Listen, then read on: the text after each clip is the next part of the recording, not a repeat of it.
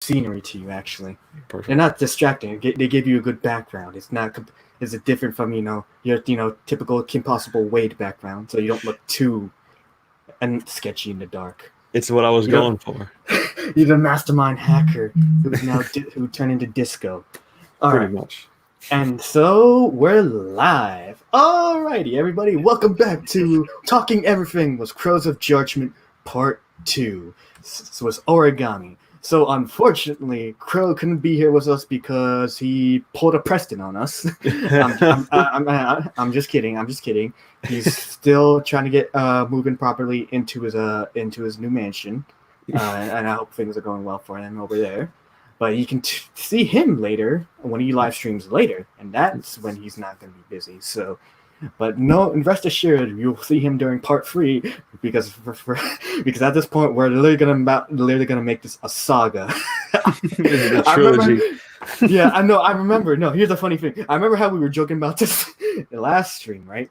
And then next thing you know, we probably end up having to do this. Oh, hold up. Yeah.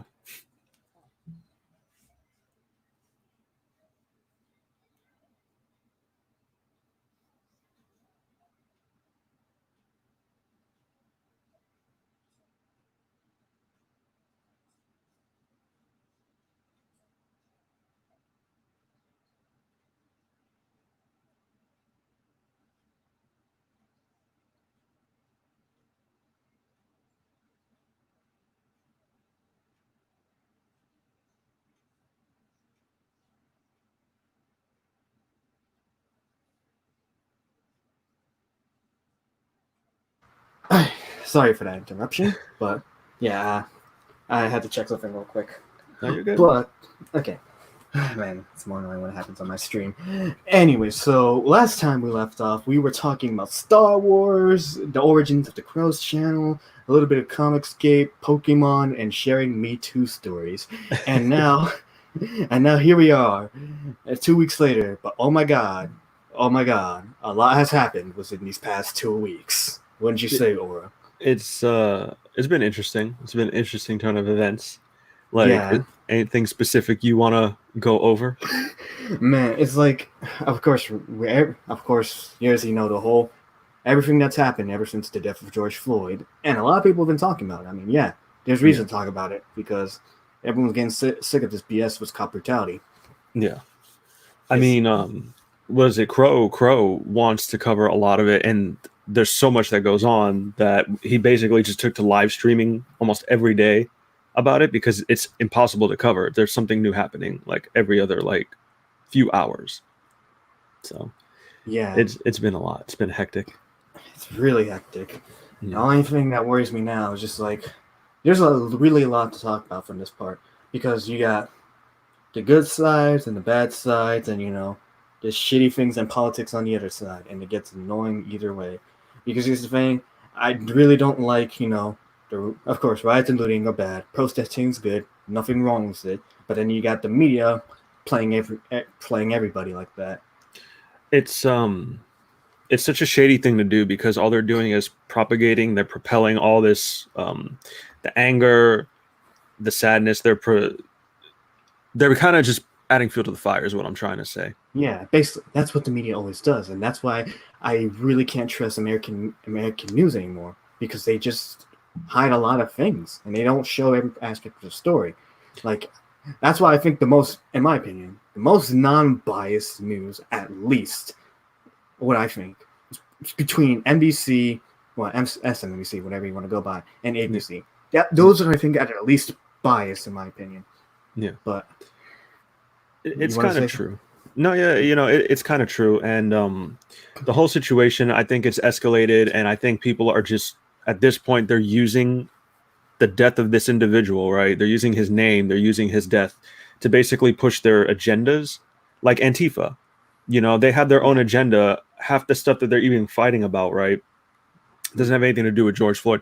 Why go to the man's town? Why go to his home and destroy it? Why burn his establishments down? Why hurt his community? That doesn't even make sense. You're not solving any problems. You're creating more for the people in that community. You're making it, and then you're going to go home, and then you're going to live your life and just enjoy all the free shit that you just looted from this impoverished community or whatever, you know. Yeah. So.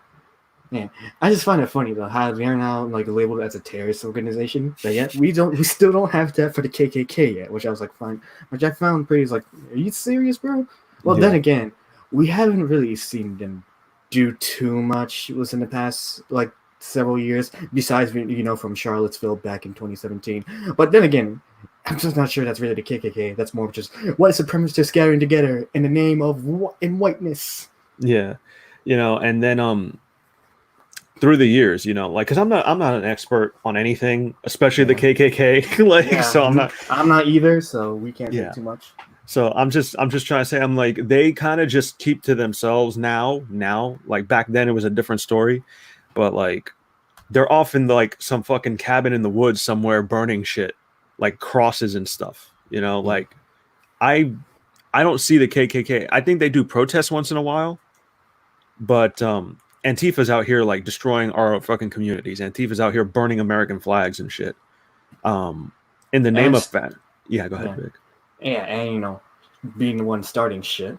Yeah, exactly. So there's ways to get your message across, and they choose the violent, non-negotiable kind of just bad practices, bad methods, and it kind of just leads to more problems. And look at where they're at now. Now they're labeled as a terrorist group, which is I'm good. I'm glad they're labeled as that. Even though, because that's what they are at this point.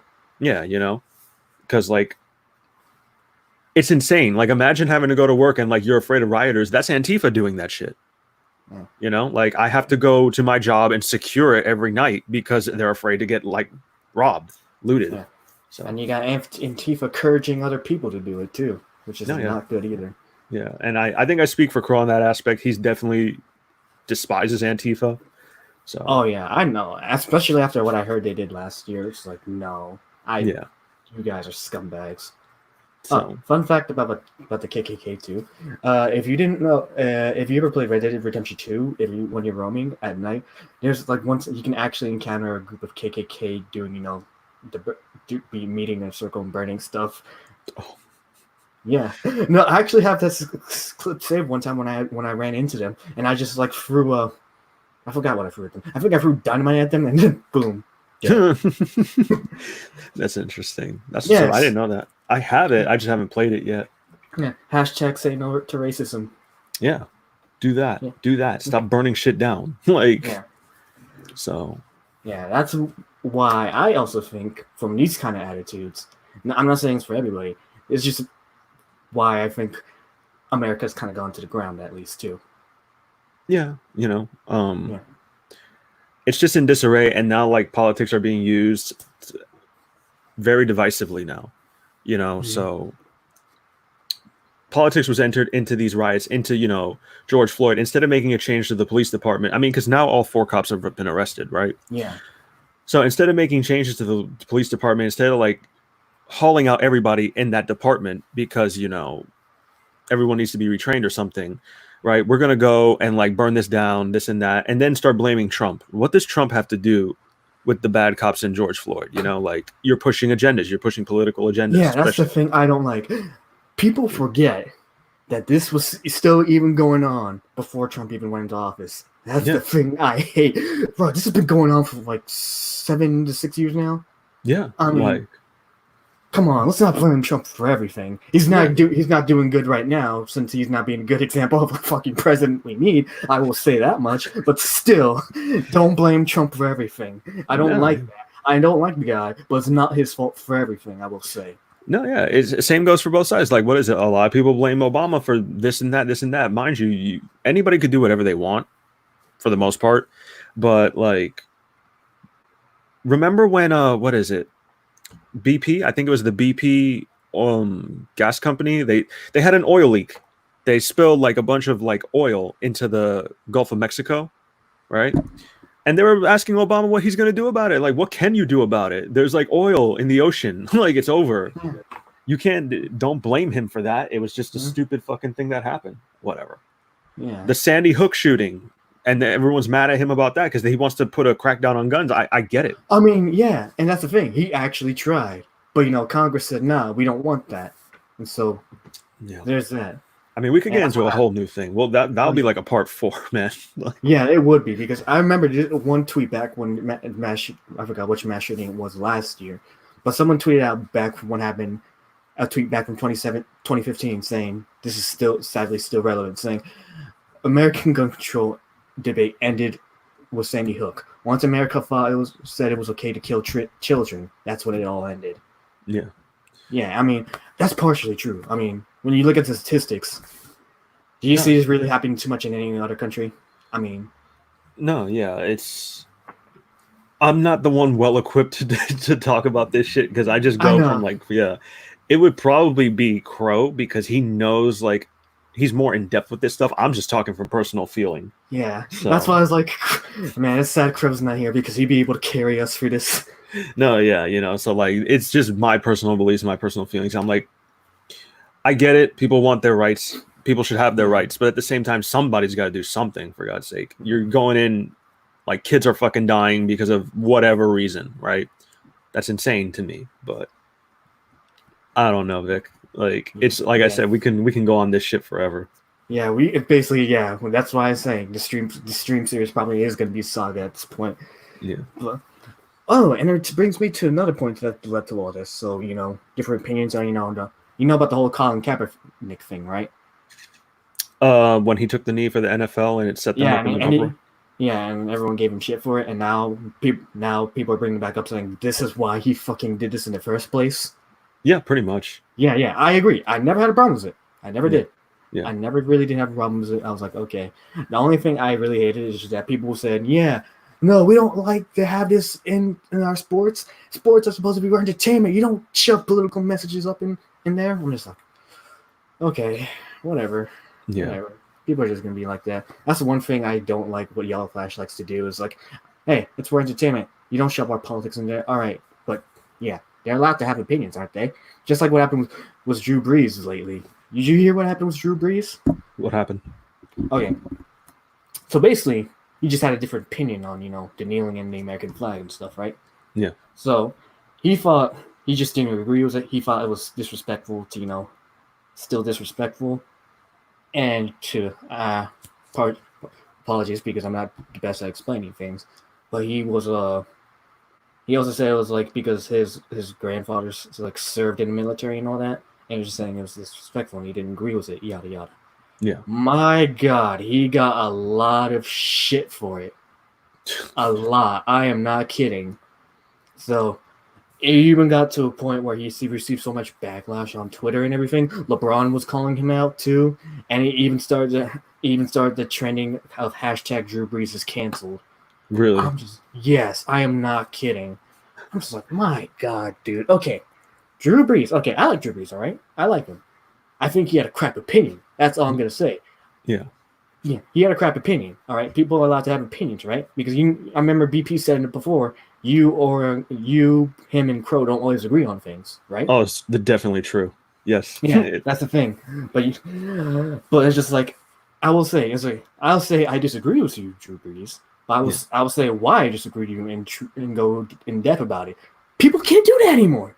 That's the sad thing about it. People can't do that anymore. No, he got backlash from one of his teammates who was black about it, saying, I feel heartbroken how you're doing this, yada yada. And then, like I said, LeBron called him out, and then he was getting a lot of shit storms. He even had to apologize twice for it. I'm just like, my God. It's like it's become a thing too, where if you don't agree, you're just like an enemy, or you can no longer be friends. Because like you just brought up, BP, Crow, and myself, we don't always agree. In fact, Crow gets on my nerves for a lot of things sometimes, right?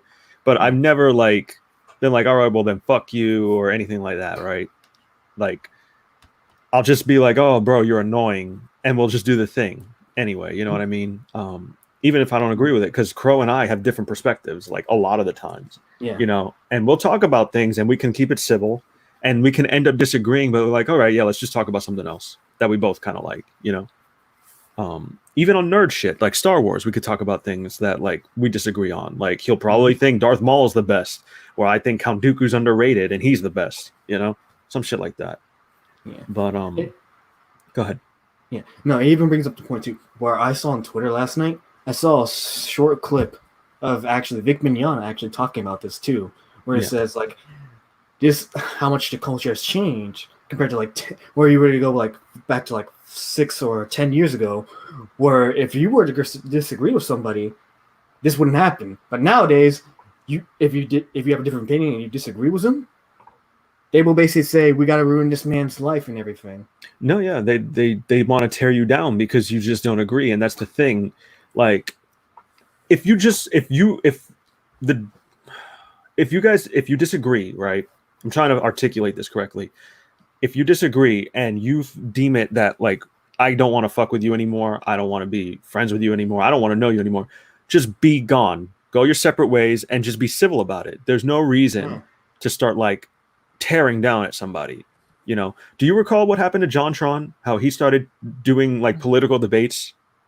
No, I wasn't aware of that actually. I don't really follow John Tron, so Yeah, he enlighten me on that. He debated Just Destiny. He decided to become very vocal. I think he went onto Sargon of Akkad's stream, and he was basically, long story short, he was very like right leaning. So he had right leaning opinions, and he debated Just Destiny, who is a lefty, and it did not come out so well the way he articulated his points, and he said some like crazy shit. But they tried to cancel him for it, you know, and that's the thing. John Tron's not a debater, especially for politics. In fact, he's a very timid person. So like when you speak to him like one-on-one, he kind of gets shy. He stumbles a little bit. He kind of repeats himself over and over. So, you know, he's like, look, I'm not a racist. He's like, I didn't articulate correctly. I'm not good at debate. He's like, so. Yeah, and that's the worst part too. And it's the sad thing about was like if you're white, you're automatically considered racist if you don't agree. That's another sad thing. And you know, like, despite my appearances, despite the way I speak, I'm Hispanic. I'm a Rican, right? Like, and people don't get that. Like, there was this one time at my job. I'm trying not to say anything. Well, let me guess. You were kind of racially profiled wrong. Sort of, yeah. That's kind of exactly what happened. This girl, feel you. Yeah. Continue your story. Yeah, she thought I was white, essentially, right? So she would never talk to me, right? But she needs to talk to me because we need to like coordinate orders for people, right? So she would just go around me, ignore me, never talk to me. Then one day she finds out I'm Hispanic, and then all of a sudden her opinion of me changes drastically. Oh wow! Yeah. She thought I was white, and she didn't want nothing to do with me. But then she finds out I'm Hispanic, like, and then that's cool. And then I'm cool enough to talk to now. So wow, that's the thing I do not like at all. This is how that's how you don't get rid of racism, people. Reverse. Okay, I will say this. I honestly think there are double standards in racism, aka reverse racism. Would you agree? Because no, absolutely. Especially on Twitter. That's one of the things I think Twitter is the most toxic for. My God, you do not know how much I see double standards there too for like fucking racism. Let me tell you one story actually I found on Twitter like a while back, right? So there was this black guy on Twitter pointing out this black girl's Twitter profile saying, she had in her Twitter profile saying, I do not respect white people, right? Yeah. So, but he pointed out the hypocrisy and is saying, but if a white girl did this, saying I do not respect black people, y'all would be up in arms. Yeah. You better. He is like, you stop with this bullshit. This is how you do not get rid of racism, people. This is how you don't. Yeah. And he even said that too. It's like, it's true though. That's the sad thing about, one of the things I hate about Western culture now, especially here in America. It's completely true. And I want to point out now, reverse racism is a thing, and people will not realize it because it's not just whites that can be racist. People, let's point that out right now. It's not just whites. It's definitely true, especially like it's the older generation, particularly because I'm like, older Hispanics are very fucking racist. Oh yes, most definitely. I can vouch for that too. Yeah, they're very fucking racist, and they don't give a shit. They're like, that's the way they grew up. That's the way they were raised. They'll tell you how it is, and then you'd be like, oh, Grandpa, that's racist. Like, who gives a shit? Like, he doesn't care. So and like that's some. Go ahead. Yeah. Oh no, you can continue. I can finish. I was gonna do it right after you finish. No, yeah. So basically, like, every race can be like, even Asian culture, right? They're racist against different Asians. Yeah. Hispanic culture. Yeah. Yeah. Let's not forget about the whole things that happened back then, like in World War II, and then you got what happened, conflicts in the Middle East, and they were racist with each other back then all the time. Exactly. Like, and here's another stupid notion I completely hate, and this annoys me to my core on Twitter, which is what a lot of black people say, and I've told everyone else this, and everyone else says, yeah, that's dumb. Have you ever heard this saying, Aura? Black people can't be racist. They can be racially prejudiced. yeah, I haven't heard of that one specifically. Yeah, that's the thing that they say on Twitter. Yeah. I'm just like, my God, now I wonder why there's so much toxicity on Twitter. Now I know why. Yeah. I mean, it makes me glad I'm not too active on Twitter like this. Because, go ahead. No, I was just going to add to your point a little bit. I was just like, Twitter is basically a platform for opinions. Everyone's just there to state their opinion. That's why it's so fucking toxic, because no one agrees with everyone else's opinion. Yeah. But if you don't agree, they want to say, shut the fuck up, you must die. Exactly. That, like, if I see something I don't like, 90% of the time, either I'm going to ignore it. You know what I mean? I'm just going to keep going. That was stupid. But, like, every once in a while, if I'm feeling edgy enough, I'll just leave, like, a fucking snark-ass comment or throw something in there, be like, oh, no, yeah, actually, this is like this, but whatever. That's my opinion. I always usually just leave it off as that's my opinion, just letting you know that, like, you can think what you want, but this is what I think. So, and man, I wish Crow was here right now, too, because this is other things I would go into depth to a bit about it, and it'd be great for him to have around. But it's just more like other things where it said, okay, one thing I really want to talk about, but I think it's best to talk about him when he's on, because his fiance Jasmine, being black. Because I honestly think it's annoying for us double standards and other things like racial slurs. Yeah, you know what I mean, right? I know what you mean. Yeah, because that's a thing too, and it annoys me to my core, and people get pissed at it out of nowhere. So, like, for the example of saying, let's say we call each other the S word, if you know what I'm talking about. I know exactly what you're talking about. Yeah. And then, all right, we say it to each other a lot, and we don't get pissed. But and then Crow says it, and says it, and then we get pissed at him for saying it just because he's not Hispanic. Yeah. That'd be stupid. It's hypocritical. Yeah, it's so hypocritical. I don't like it at all. It's like that for a lot of things. Yeah, and I don't like it at all. And here's another, and that's what pisses me off about rappers and artists that say the N-word in their songs, because they know more than black people listen to their songs, right? Yeah. If you want people to stop, if you get upset about it, about other races saying the N-word, and you're pissed about it, then just stop saying it altogether. Period. It pisses me off, and it's like, stop saying your songs if you don't want people saying it that are non-black. It pisses me off to my core a lot, and it's just, I think it's fucking infuriating. It's this double standard, because I remember too, like a little bit ago, people were having a hashtag of James Charles's over party because he supposedly said the N-word, but he didn't. He was literally lip singing a song, and people are getting mad over it. Why? It blows my mind.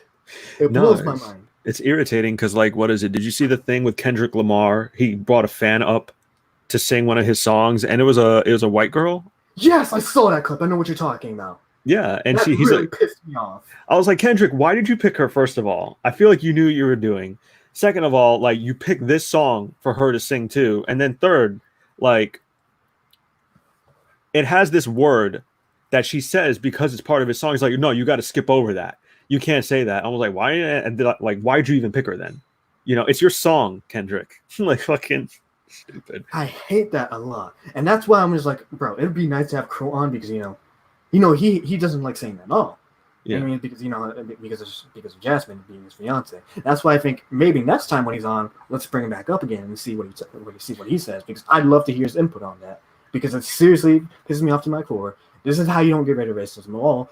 It just doesn't work. It just makes things worse. This is how Western culture's gone downhill. I have a question for you, actually. Yeah. Do Hispanics get an N-word pass? I mean, it's weird, honestly. It's super weird. Yeah. I know some Hispanics that do say it, and some that don't. Like, for example, I actually have one of my friends, Arquida, right? Mm-hmm. He actually does say it. And and unfortunately, it's been recorded in my past Smash 4 videos. because I was doing highlight reels of that, and he sometimes says it in them. Yeah. So, well, I'm just like, I'm not gonna stop him from saying it. What can I say? Because otherwise, he just gets pissed about it and gets a fit. Yeah. But he is like Dominican, so I don't know what to say. He's basically a ghetto nerd. That's what I can say about it. That's what I'm trying to say, yeah. Because I'm like, I think it just depends on the culture where they grew up. For example, like a lot of people who I know say that word, they're like myself, are ghetto. You know what I mean? I call myself the hood rat for a reason. Even though your personality doesn't really show it on stream. Mm-hmm. Like I try to control myself, you know what I mean? But like hood rat, that's what I know. A lot of the people I know talk like that. That's what they grew up speaking, especially like up north, New York, like Bronx, South Bronx and stuff. That's pretty much the dialect. That's the dialect up there. It's just something like I grew up around. Everyone I know grew up around, and that's why they speak that way. But and then it's in the culture. It's in the culture, the music. It's in all the music. So, funny enough, I actually know one guy who lives in the Bronx, though, which is funny. Yeah. Yeah. And he's pretty much a ghetto nerd too, but he's doing right for himself. I'm telling you, no, yeah, being from the ghetto doesn't really make you bad. It's like choosing to make your fucking decisions. Yeah. And here's another thing too. I think should happen. If they didn't have like, okay, I don't know how to word this properly because I'm not too much of a good debater, but I'm just like, it's more along the lines. I think if we could do this and hood mentality, as someone would say, things would probably be a lot better because the stereotypes and everything, right? Because I believe this is true. There's like stereotypes for a lot of races. Some turn out to be true, some don't. And I think it's funny because I think some sitcom shows in the past hit that pretty well. Like Fresh Prince of Bel-Air. Like that was a black family being privileged because of Uncle Phil. Yes. And Carlton was privileged. Was very privileged. And I still remember the episode where this one crat didn't want him in. Well, just the recruiter didn't want him in because of his privileged upbringing. Yes. And he got slammed for it. Mm-hmm. If you ever watch that show. Oh, no, yeah, man. I grew up with that. Yeah. I grew up with Fresh Prince. Yeah, it was one of my favorite sitcoms. So. Yeah, it was great. Yeah. And I think it brought up some good points, too, from that. It's like, it makes me wish it's like we still have sitcom shows like that today. But unfortunately, there are some things back then that wouldn't fit today because, Western culture, feminists being throwing fits about things now. No, yeah, because like the race stuff it's slightly irritating because here's where I kind of get fed up is the cultural appropriation stuff. Right? Yes, especially.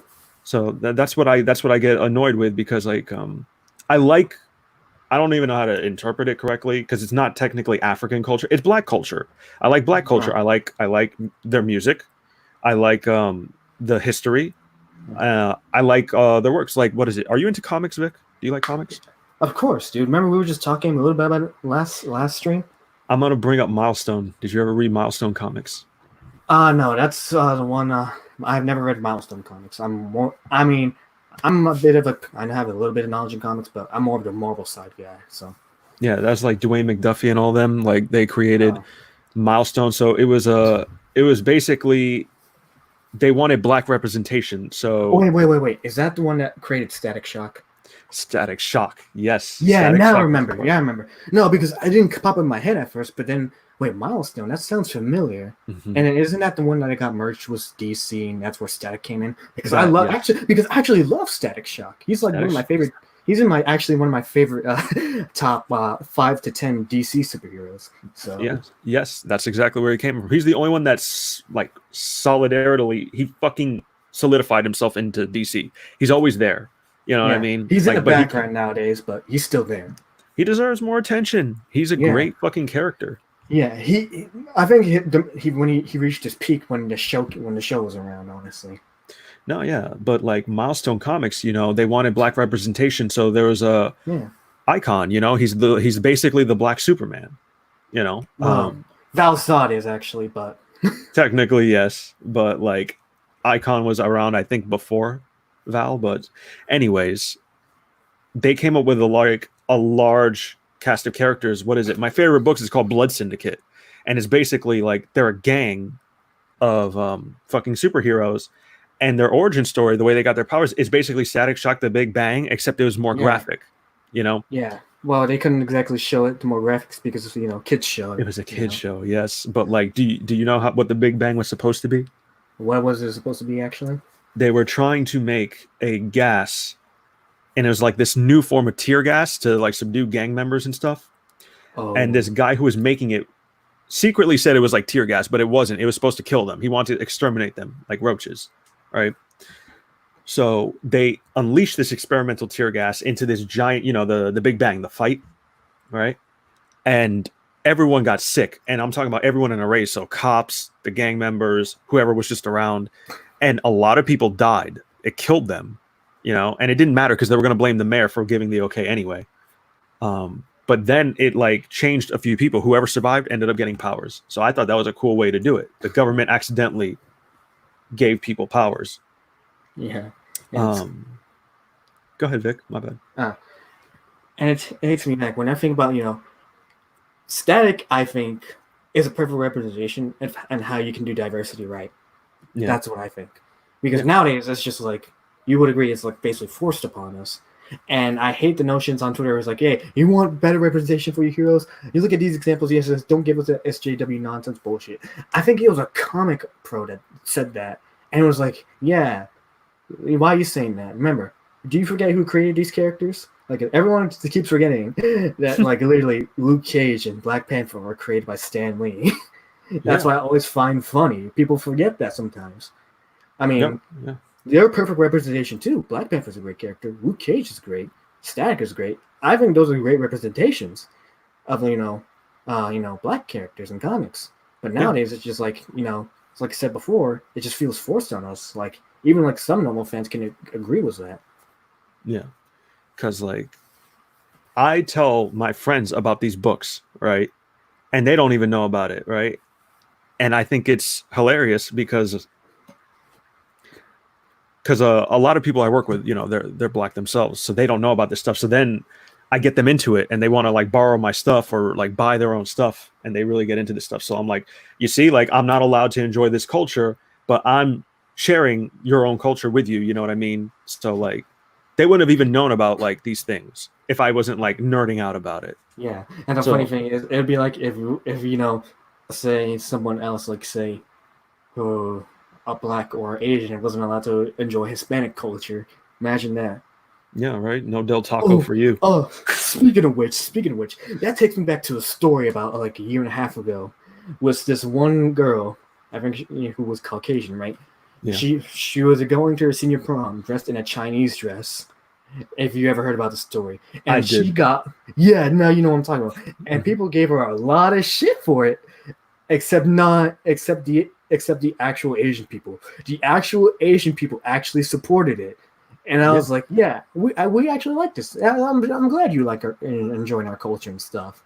Like, you know, people like I forget Jimmy Wong, I forget Freddie Wong's brother. He was in support of it, and then like it's crazy. It's like the non-Asian people would get mad over this, but yet the Asians are supporting it. It's fucking ridiculous. It's just like that's what I find crazy. It's just like stupid. How stupid can outrage culture get?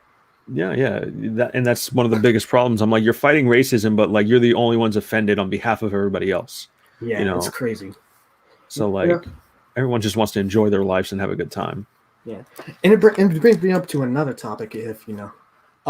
So are you familiar with the Washington Redskins?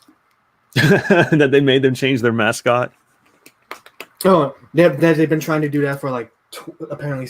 Well, they changed the name actually for like 12 to 7 years now.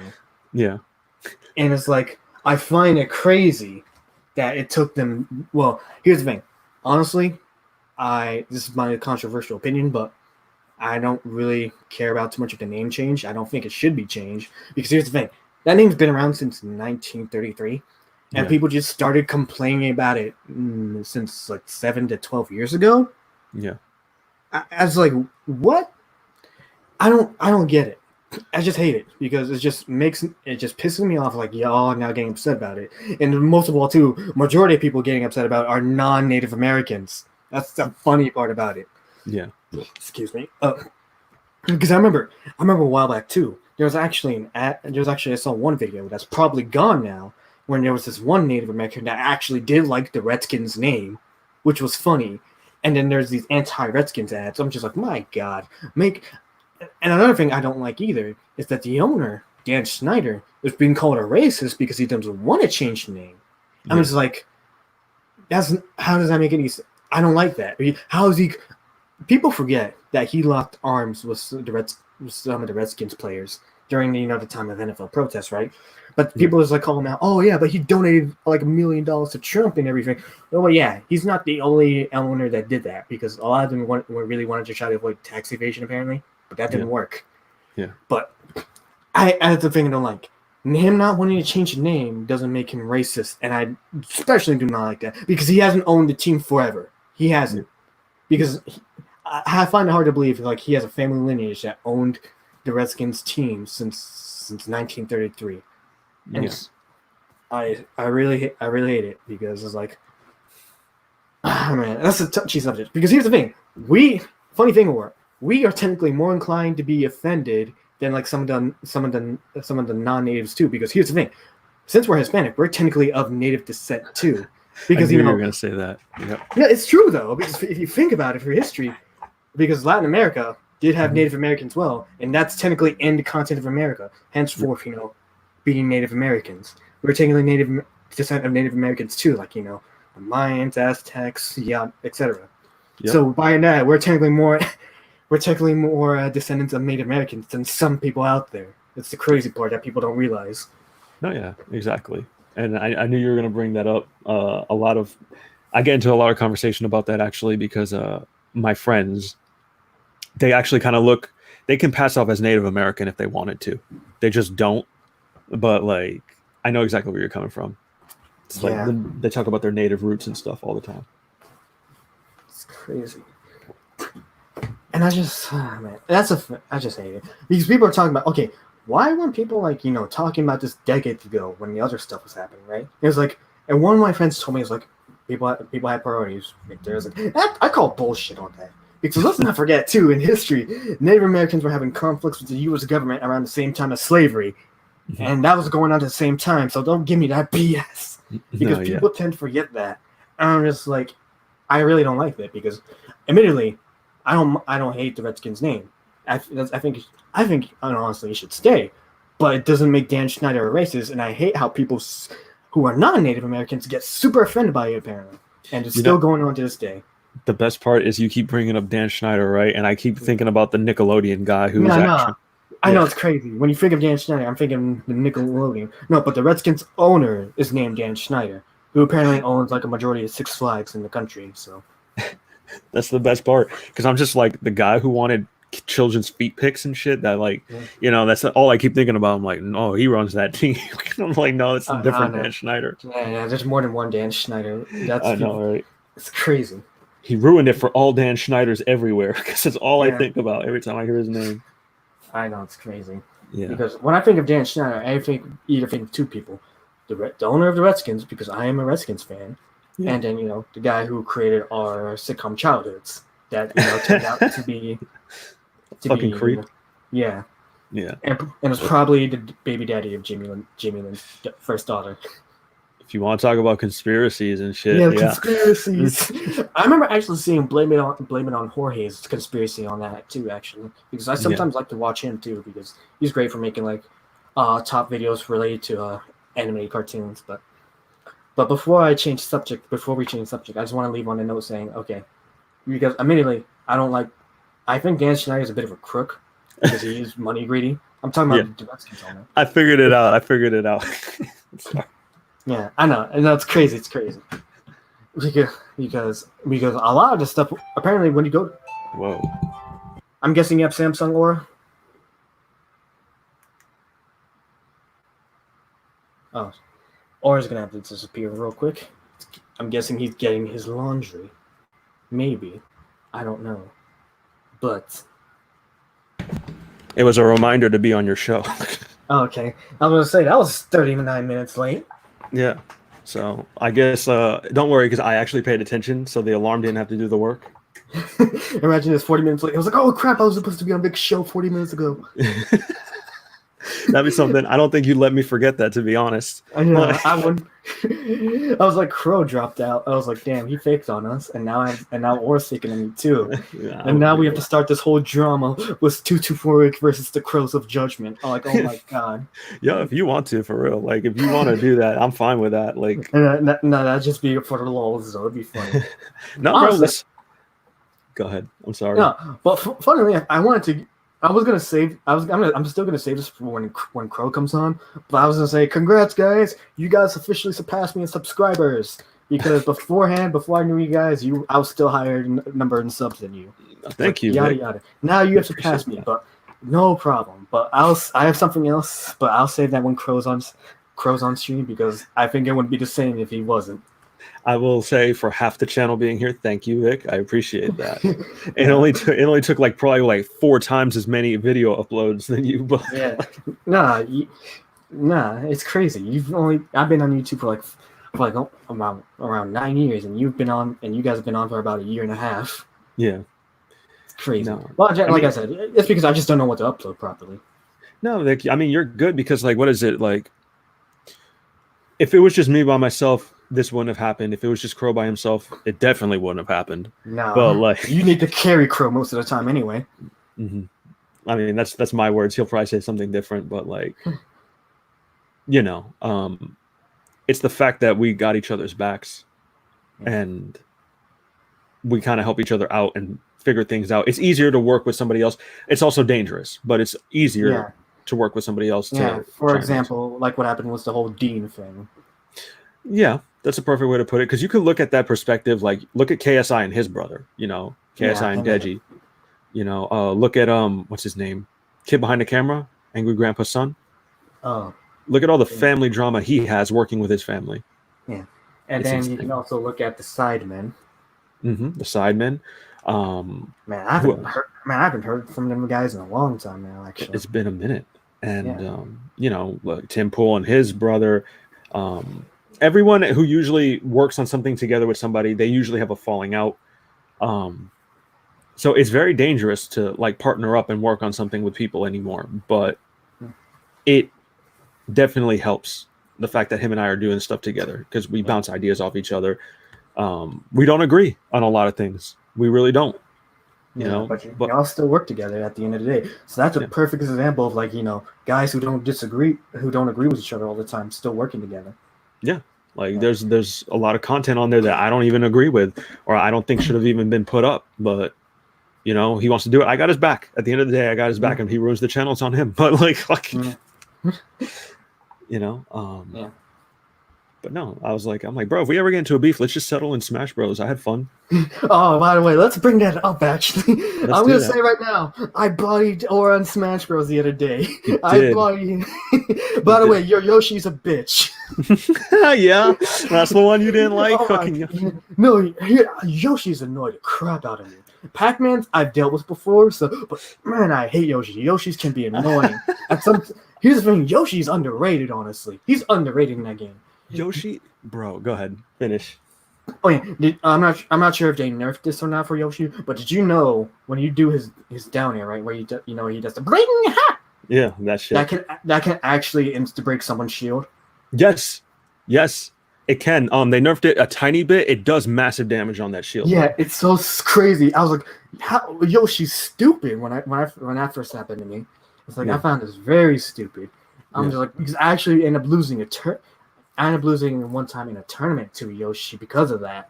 Yeah. It's a pain. Yeah, but also just to point that out, actually, when you talk about Smash Bros, if you want a great example of Smash Bros, you look to my past history of Smash 4 content on the channel. I'm trying to get back into doing Smash Ultimate videos again, henceforth my Sonic montage. Yeah. But I actually did a little bit of series when anytime me and my friend Gabe and Acquider play Smash Bros together, I sometimes record so we could get the highlights and hilarious moments out of it. We haven't been able to.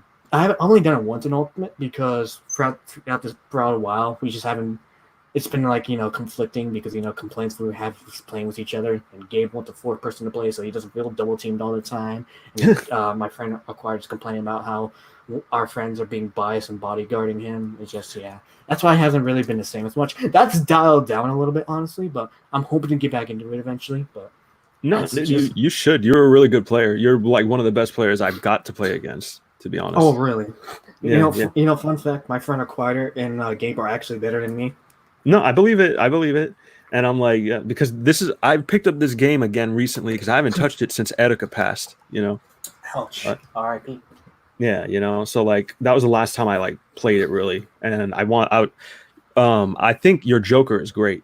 You play one of the best Jokers that I've ever played. Yeah. Oh, for real? I was about to say, compared to like people online, man. I was like, compared to like MK Leo. Right? Yeah, I ain't no MK Leo, but no, but like because I play people online who play Joker and they're like predictable. They don't switch up. They don't combo correctly. No, because here's the one thing I've actually been getting better at when I've noticed and actually playing a little bit more. I've actually been getting at trying to do getting better reads and knowing what an opponent might do and stuff. Thankfully, because that's just from my experience and people giving me tips on playing Smash Bros.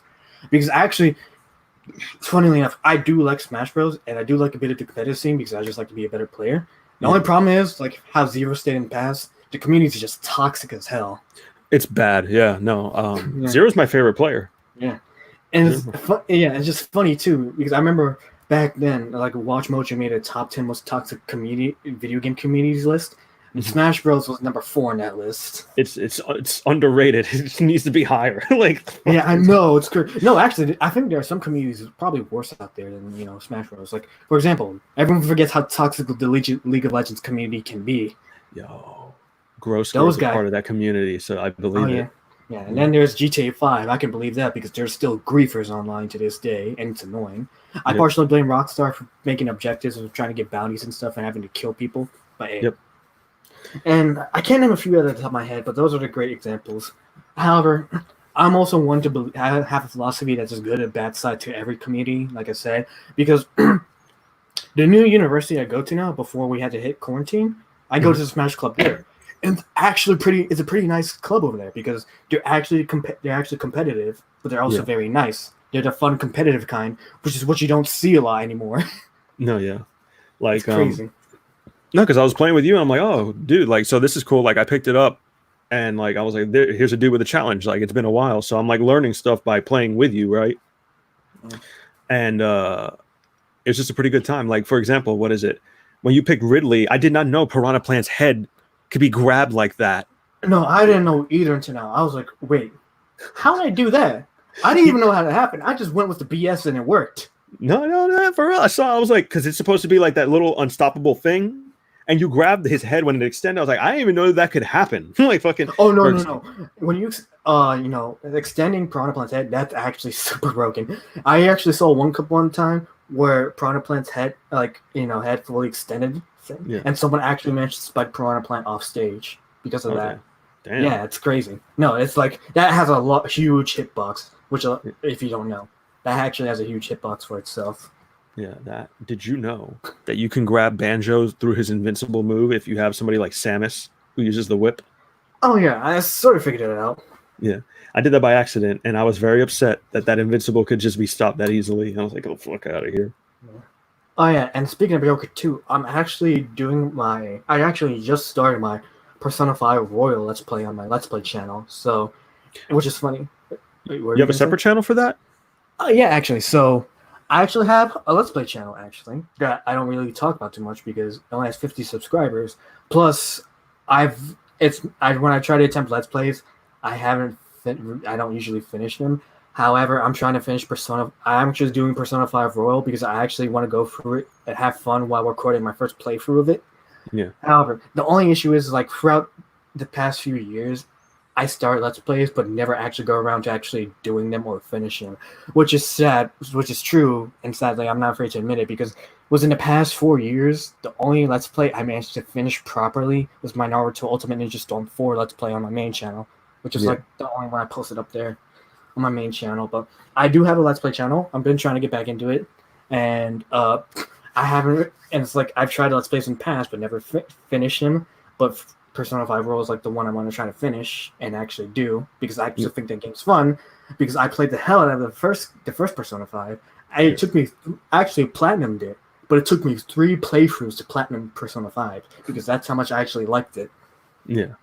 No, yeah, because, I was gonna say I just got into Persona 5. Like I just started it, so that's interesting. Yeah, because I like to platinum games that are that I enjoy and are very meaningful to me. Like I've only ever platinumed like 5 games so far.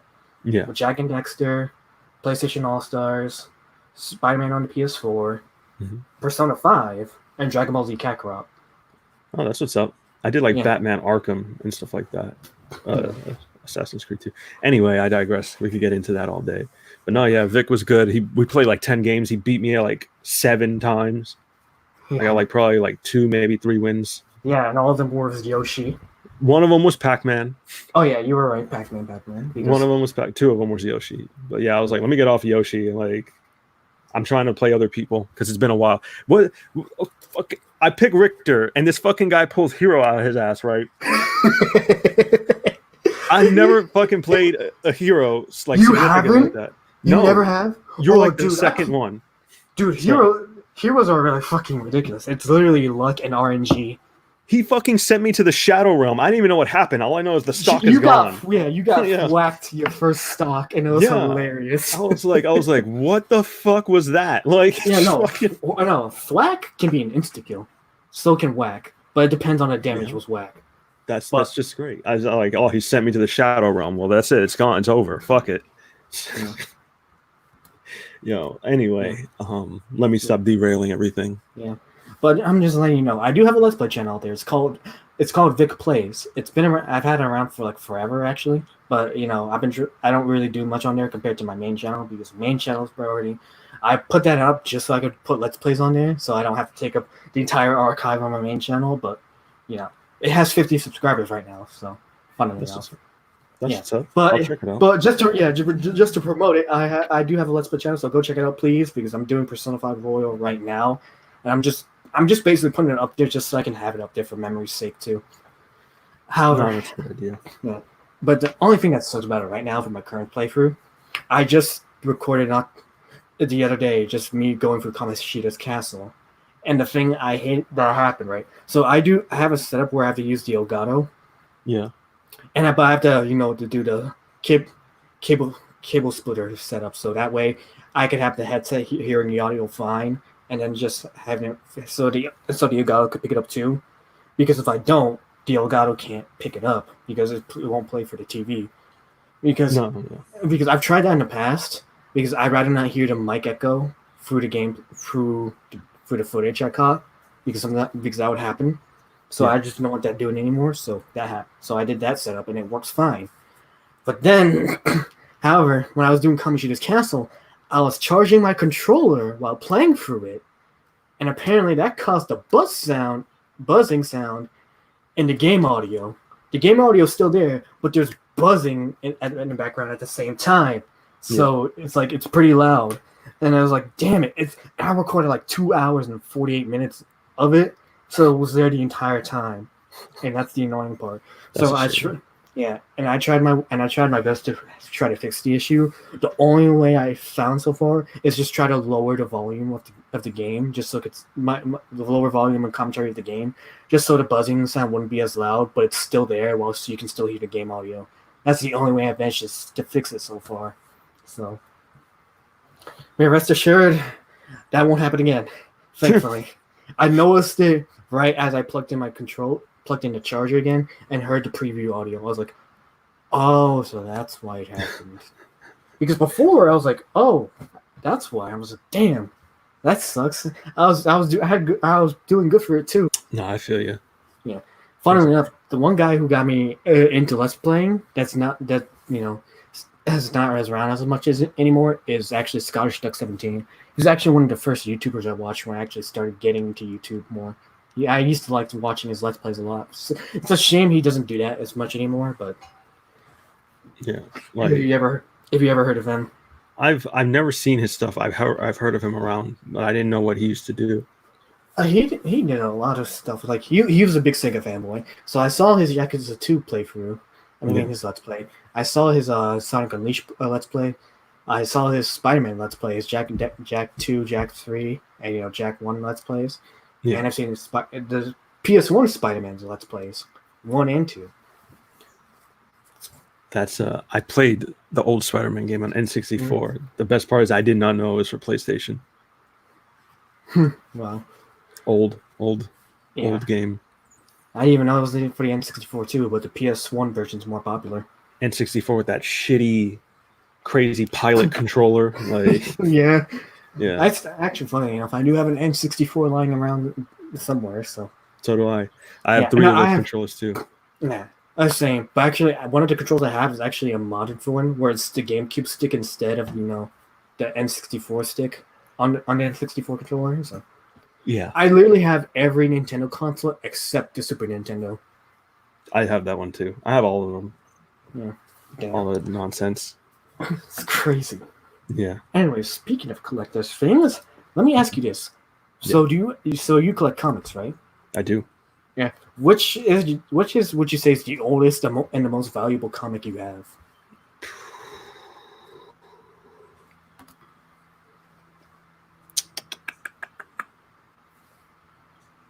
Vic, I have a lot. I'm trying to think. I want to say my Milestone stuff, but it didn't age well enough to be worth anything.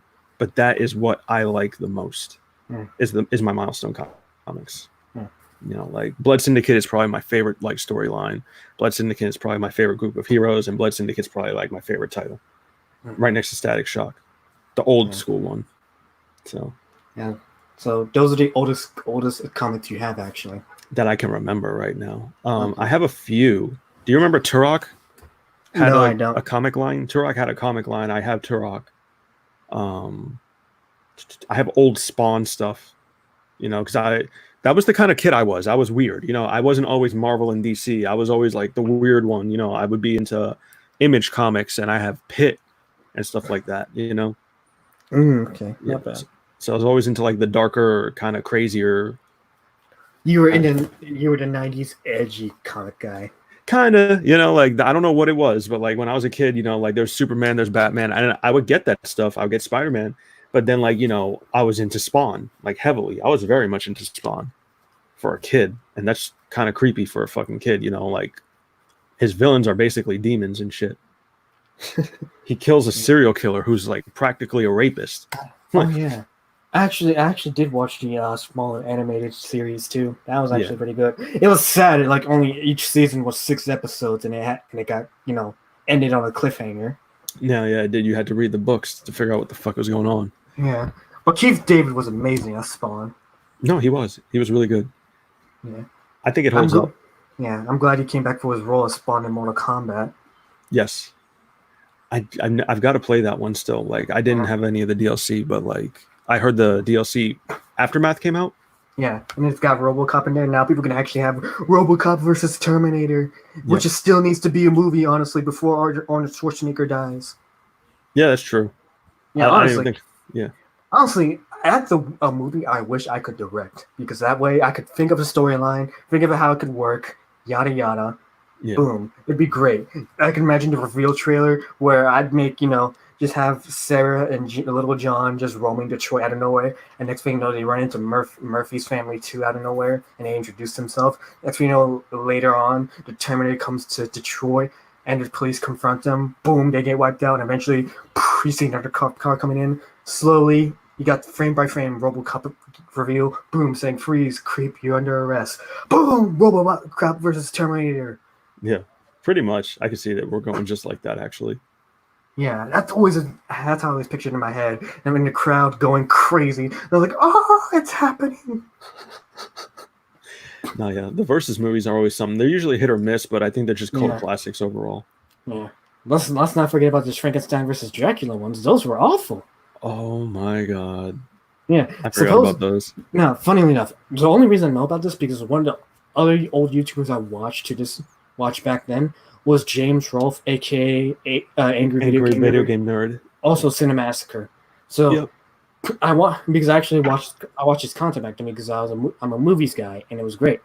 he went over a series of Frankenstein versus Dracula's, and it is how bad they were, and only in one movie did they actually fight each other. I'm just like, yeah, that's the only problems with versus movies that can happen.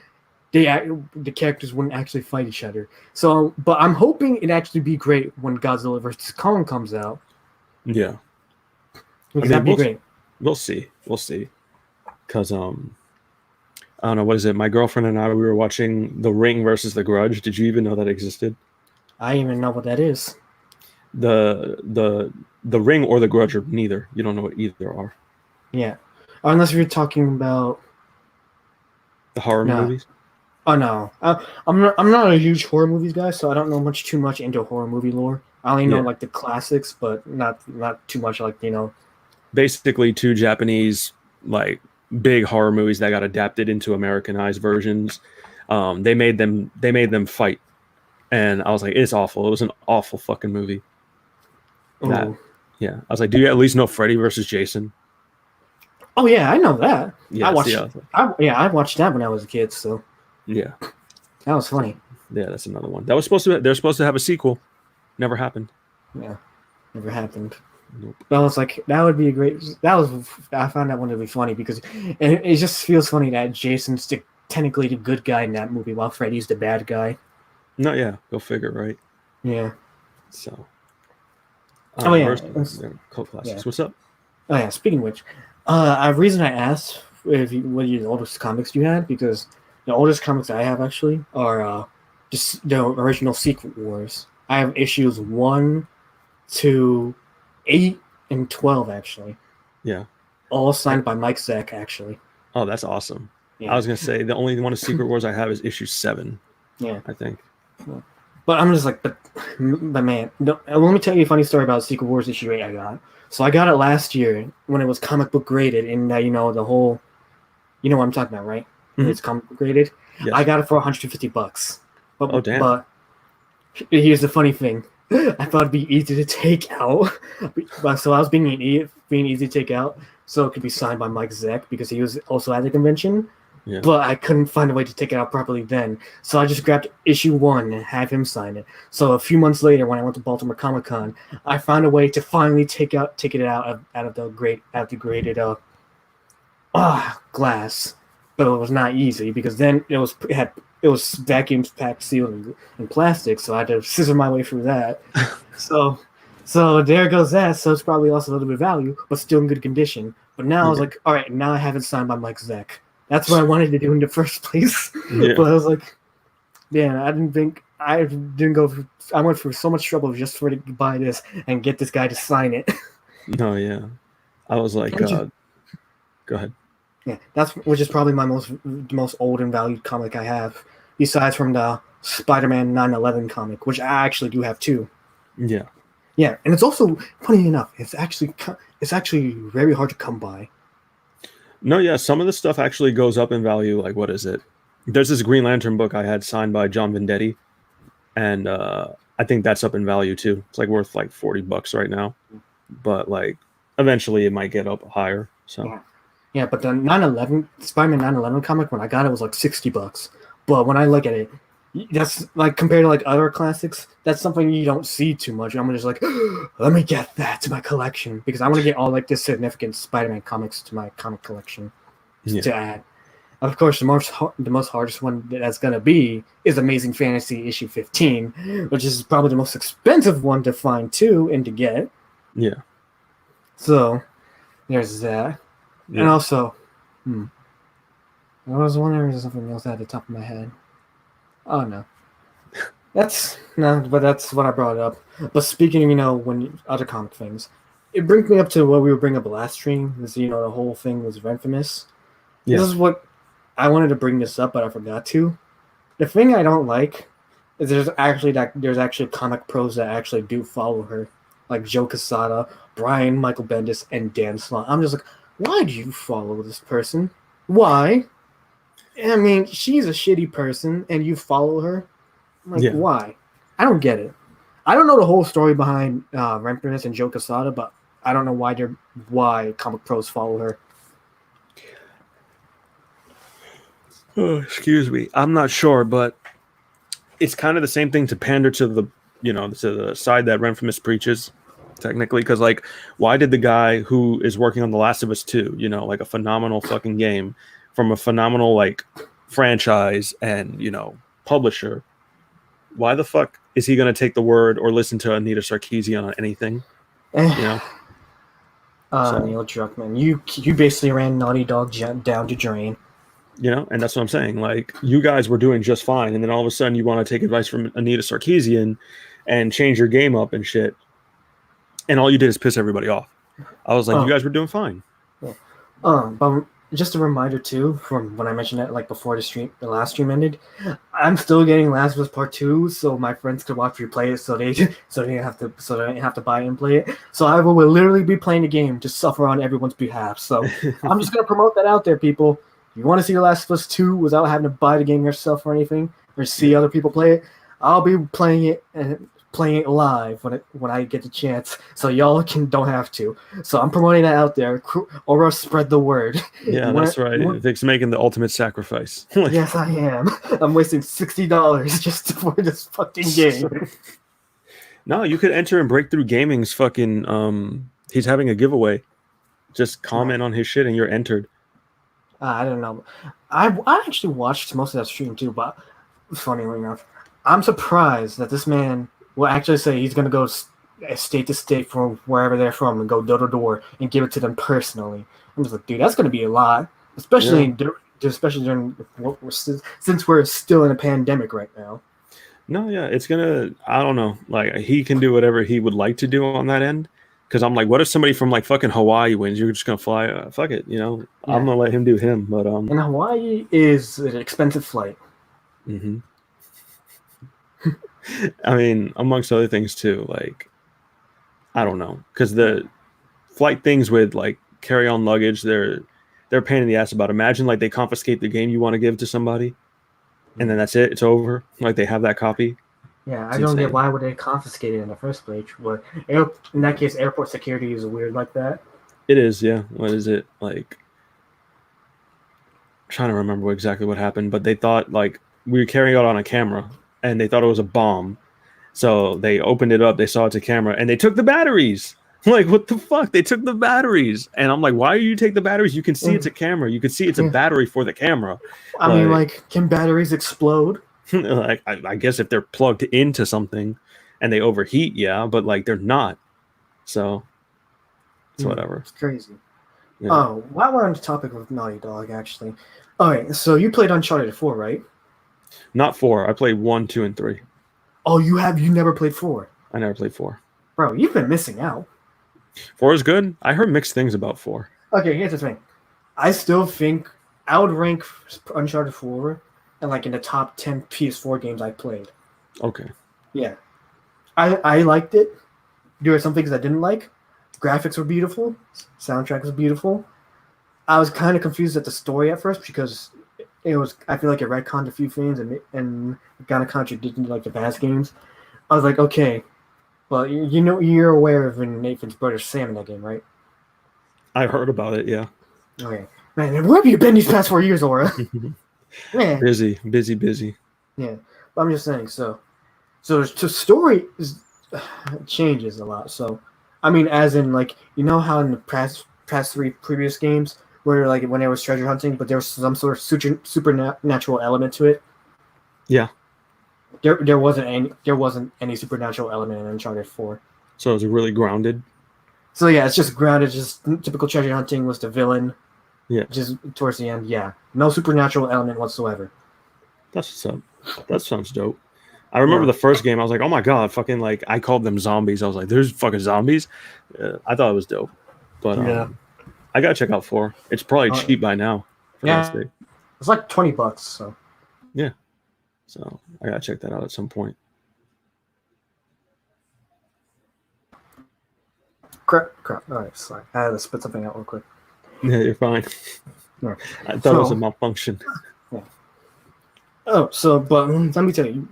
Well, I could actually see the difference in writing when it happened. So supposedly, the reason why it seems so different.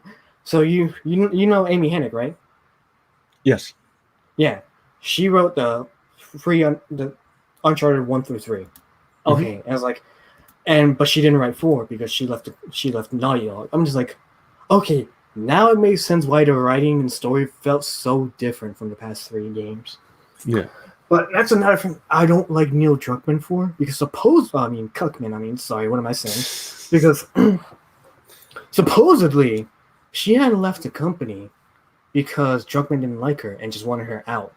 Because she was one of the few women in the gaming industry, mind you, that was like, yeah, all that stuff about women in the gaming industry is not true and completely exaggerated.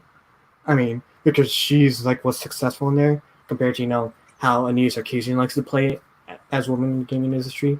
Yeah, it's crazy. It's like she left because Druckmann didn't like her, and it's like, I wonder what would have happened. Well, I know there's her script of Uncharted 4 and how the story would have been, but because it involves around Henry Avery's treasure, right?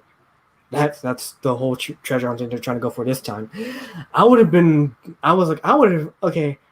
would have felt stupid, but it still would have been great. Where if a skeleton Henry Avery came out of nowhere to sword fight Nathan Drake, I would have been okay with that. Yeah, because it would have made sense, because there's always some supernatural element in the Uncharted games, but not 4. Not 4. No, yeah, and might as well play it. That's the only one I haven't played. So, yeah. But I still think it's great. But some they're things fun. They're always fun. Yeah. However, one thing I will agree with my other friends on this, that the main reason they hated Uncharted 4 was because of the character of Nadine. Yeah, see, I heard about Nadine. I don't know anything about her. Okay, so basically, she's sort of, I wouldn't say she's a Mary Sue, but the first time she fights Nathan Drake and Sam, she just basically beats the shit out of them. Okay, I see. Yeah. I see where it's going. Yeah. So my friends were like, "You mean to tell me that someone like her can beat the shit out of Nathan? Yeah. Who went toe-to-toe with fucking Lazarevich when he was super drugged in Uncharted 2. Yeah. And I was like, it's true, though. Yeah, no, it's true. I think they just have a problem with bringing in random characters like that without establishing them. Because, for example, say, she had some kind of backstory, or they knew who she was, and they said, how great she was before they even encountered her. That would have already been oh, okay, yeah, she's a big deal. Instead of just having some random person show up and wash the floor and shit. So funnily enough, she did end up in the spin-off series with Chloe in Uncharted Lost Legacy, which came out after 4. But supposedly that's actually pretty great, because Neil Druckmann had nothing to do with the writing in that. No, yeah. So that's true. Yeah, it's crazy. And that almost got me thinking too. So when we were talking about the Last of Us 2 stuff, and when I was out too, I actually looked back on one of the trailers that I never saw in 2017 when they first showed Abby, because no one knew who she was. And then I saw the 2 other female characters, right? I'm just like, what? So basically, Naughty Dog has the idea of now making all female characters they put in the games very unattractive and masculine at this point. Yeah. I'm just like, bruh. I'm just now I can see the influence that Anita Sarkeesian had. I'm just like, and that's the thing I don't like about the Western game companies now. That someone's pointed out, most of the female characters in Western games have basically become more unattractive and more masculine compared to the East, where you still have beautiful women that are still strong and attractive that can still wreck people's shit. Henceforth, like the characters in Tekken and Tifa from Final Fantasy. No, yeah. What is it? Oh, fuck, what's her name? Lara Croft. Remember that? Tomb Raider? Yeah. That's another one. That was a female. What is it? You didn't know this shit at the time, but Metroid. That's a female character. Samus, yeah. Mm-hmm. Yeah. So they're out there. They exist. Yeah, they exist. Speaking of Metroid, they're taking forever making that new fucking Metroid game. Metroid Prime 4? Mm-hmm. They're taking too fucking long.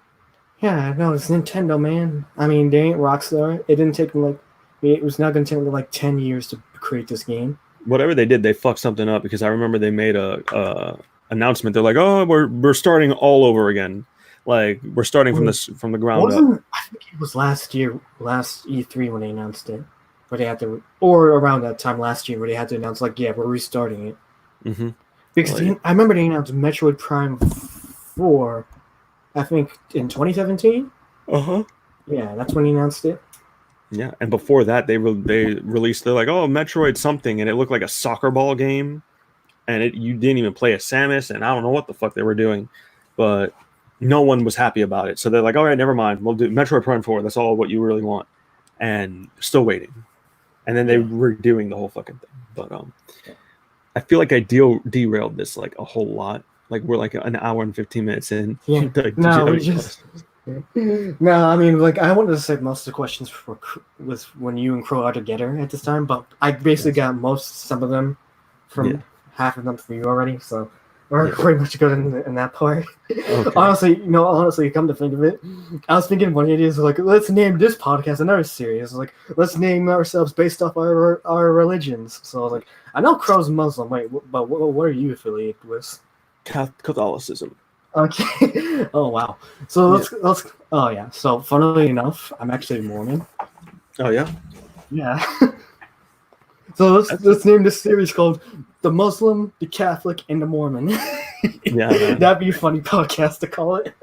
No, it would be like it'd be interesting. It'd get like weird viewers though. I think like fucking. It would. It would though. You know, the Scientologists are gonna show up. Like fucking, y'all are all crazy. Like fuck. So. Yeah, we crazy. Here's what it is. Scientology has a spaceship. That's cool. Mm-hmm. All right, Tom. Actually, that leads me to another question. I'll put it at the top of my head that I didn't answer too much last time. But who are your favorite voice actors? If you could name at least 10, not in any particular order. Troy Baker is one of them. I think Ian McShane is his name. Do you know who that is? Ian McShane? McShane? Who do you voice? Tai Lung from Kung Fu Panda. Oh, really? Yeah. Never heard of him, so sorry about that. Don't worry about it. He plays a lot of villain roles. I'm trying to think. What's his name? See, that's the thing. I can't remember their name specifically. Basco? Fucking Prince Zuko? Rufio? No, don't know him. Yeah, the guy who basically voiced Zuko in The Last Airbender? Mm-hmm, that guy. Okay. Fuck, I don't know his name. Something Basco. Johnny Basco? No, I don't think it's Johnny Basco. Dude, I'm bad at like remembering their names. Because like I want to call the voice of Uncle Phil. James Avery? Yeah. See, there you go. And I'm like, Uncle Phil. I know. Oh yeah. You know the funny thing is he actually did voice War Machine in the 90s Spider-Man show? Oh, did he do War Machine? I thought, because I'm like, did he do Master Splinter? Was he Master Splinter? I'm not sure, but I knew that when they showed Carnage and Venom in that little short they did when Iron Man appeared, like War Machine that appeared beforehand was actually voiced by James Avery. Yeah. Yeah. That's what's up. I didn't know that. And I think actually Alfonso did a brief voice in that series too. I think he was Robbie's son, I think. I'm not sure. I think you're right. Jeez, I forgot about that. You're bringing some throwbacks with this Spider-Man shit. Dude, because remember, I'm a huge Spider-Man fanatic, so I know a lot about the animated series. So I'm 90s Spectacular, not so much the Unlimited or, the early 2000s one was Neil Patrick Harris. I haven't ever watched those. I briefly watched Unlimited for a few short episodes, but barely remember anything besides from that. Spectacular is the best. Yeah. Honest opinion, I actually do like the Ultimate Spider-Man a lot too. Mainly because, and here's a controversial opinion, I actually do like Ultimate Spider-Man better than Spectacular Spider-Man. Reason being, because it took a different approach with the characters, and it actually had a proper conclusion to it, which is what I know sounds crazy, which is the one thing I didn't like about the Spectacular series. It ended on a bad note. I didn't like that. Yeah. I just didn't like... Here's the one thing that like kind of put me off from Ultimate is that they're all teenagers, all going to high school. Like I would have liked it better if it was like the truer versions of Iron Fist, Power Man, stuff like that. Unlimited was a weird series. Yeah, do you remember that? Yeah, I remember. I remember just Rat Lady kissed Spider-Man. So like, fucking go! Oh my god! Yeah. He goes into the future, and then there's crazy Venom, crazy Carnage. Yeah, but I'm just like, Yeah, but I'm just like, Ultimate Spider-Man's a kids show, so they gotta always appeal to kids, man. That's how it always works. I guess I don't know. We had the regular '90s, and that one, it's kind of crazy. I don't know. Spider-Man's a crazy piece of content generally. Like, yeah. What is it? Was it Craven's Last Hunt, where he fucking just commits suicide and shit? Yeah, and then he came back and hunted. Yep. Yeah. Well, it's weird. I don't know what happened from the timeline between that and Hunted, but I didn't know if Craven ever actually came back before that or anything. But I know in comics, villains always tend to come back. Yeah. Well, in Marvel anyway. They should make a movie about that. Just saying, Craven's Last Hunt or Maximum Carnage, one of the two. Yeah. I was like, supposedly one of the new. I think what rumored being is that one of the Spider-Man villain in the third one might be Craven, but don't quote me on that. It could be someone else. Yeah. It makes sense for it to be Craven, kind of being I must hunt the Spectre since I know who he is. Do you think they're gonna make him give him the accent and everything? It fit his character, honestly.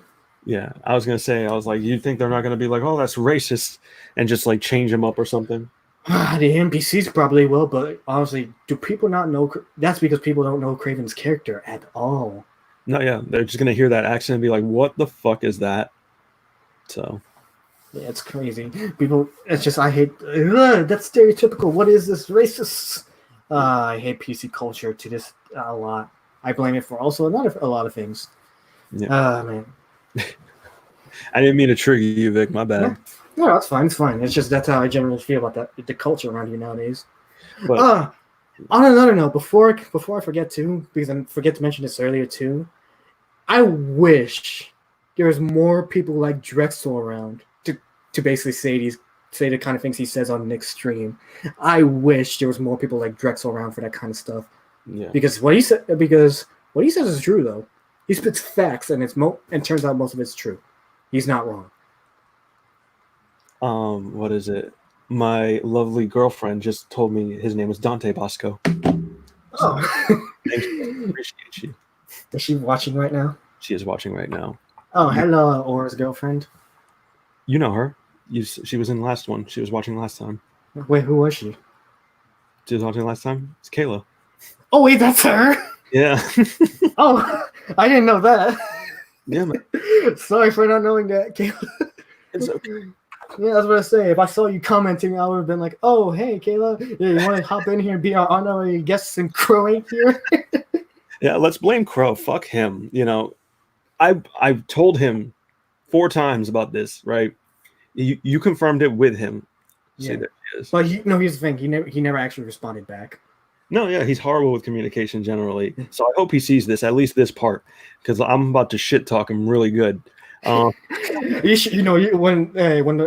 your guys' live stream starts later, you call him out on it.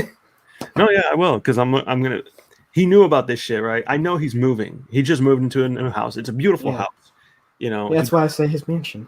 Exactly, and Crow sucks in general. See, yeah, she's in chat right now. Wait, I don't get it. Funny enough, I don't see. I mean, last time I managed to see comments pop up on stream. Yeah. Through StreamYard, but for some reason I'm not seeing it right now. So that's why I'm not seeing Kayla's messages. She says hi, and that Crow sucks. Yeah, thanks for the comments then. Yeah. Actually, let me check the chat right now then, just to be safe. Yeah. Because I didn't know what was going on. So, no. Oh, okay. Yeah. I see him now.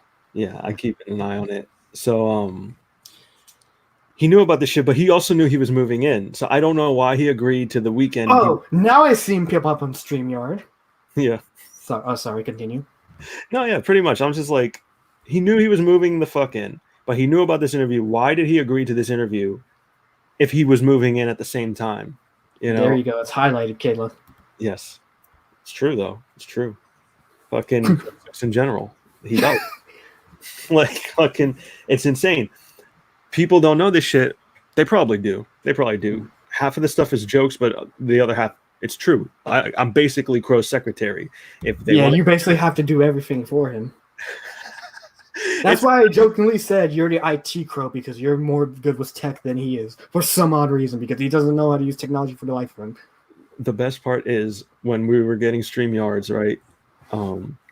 He accidentally bought the wrong one and bought Streamlabs instead. And he's like, oh, he's like, it's not the right one at all. Like he had to like. How do you get those confused? It's in the name. It's just the first half, I guess, got him, but I have no idea. But no, he's just funny like that. And the thing is, like, Crow could do things if he like pushed himself to do it, but he doesn't have to because I'll do it. Like fucking that's the problem. The thumbnails are now like 100% me, unless like I just cannot fucking do it. Then he'll do it. Yeah, so, that's like for me. Yeah, especially for me, since I do everything by myself. These thumbnails I do myself, I have to do everything by myself. Ain't too easy, but it's like I do what I work with. Like most of the thumbnails I make nowadays, I use was Photoshop, so because that's the best way I can work with. No, yeah, so yeah. Like my background too, my YouTube banner, that took a long time to do because I was watching like a 40-minute tutorial on how to do that on Photoshop. Yeah. Yeah. So, and that's usually what I direct him to. I direct him to like, I'm like, if you need to know how to make something, right, just go watch a video on it. There's something out there to teach you. That's how like I pick up on learning new things too. I genuinely just like watch videos about it. If there's like a cut that I've never done before that I want to know how to do, that's how I do it. I'm learning how to make vapor waves like properly because of videos and shit. I'm probably just gonna buy them anyway because it's less hassle. It comes with more like a package, but like I'm trying to invest shit into this channel. That's only half much. Oh yeah, and before I forget to, Caleb, let's make you a mod. Boom, modded. Appreciate that. Appreciate that. Thank you. No problem. But no, this is Crow. He's all over the place. I can believe it. No, yeah. Like I gotta remind him of shit. I'm his secretary. People get through him through me. If there's any news. No. Here's the funny thing too. I will say this too, in public. I had to message Aura to get this organized properly.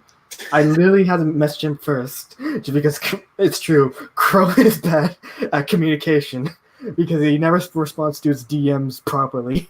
No, yeah, and he works like so. I'm not trying to say like, oh, yeah, no, I don't blame him too much for that. I mean, he is an adult after all. I work too, like Yeah. I fucking work too, so I'm just like, Crow, I get it. I know you're working, but like, moderate the shit. Try to respond the best you can. I'm kind of just shit talking him at this point, but he kind of he deserves it. Yeah. Fuck him.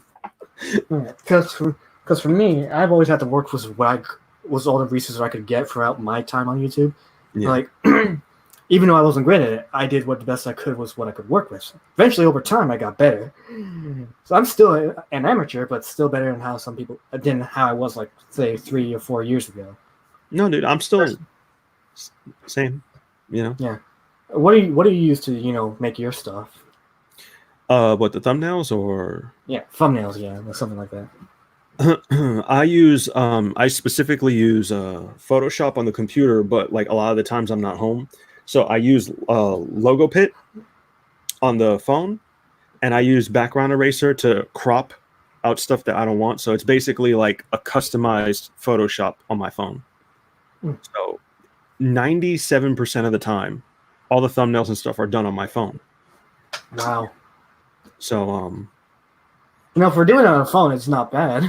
No, I appreciate it, and I'm like trying to mess with it because I want to practice on the phone too.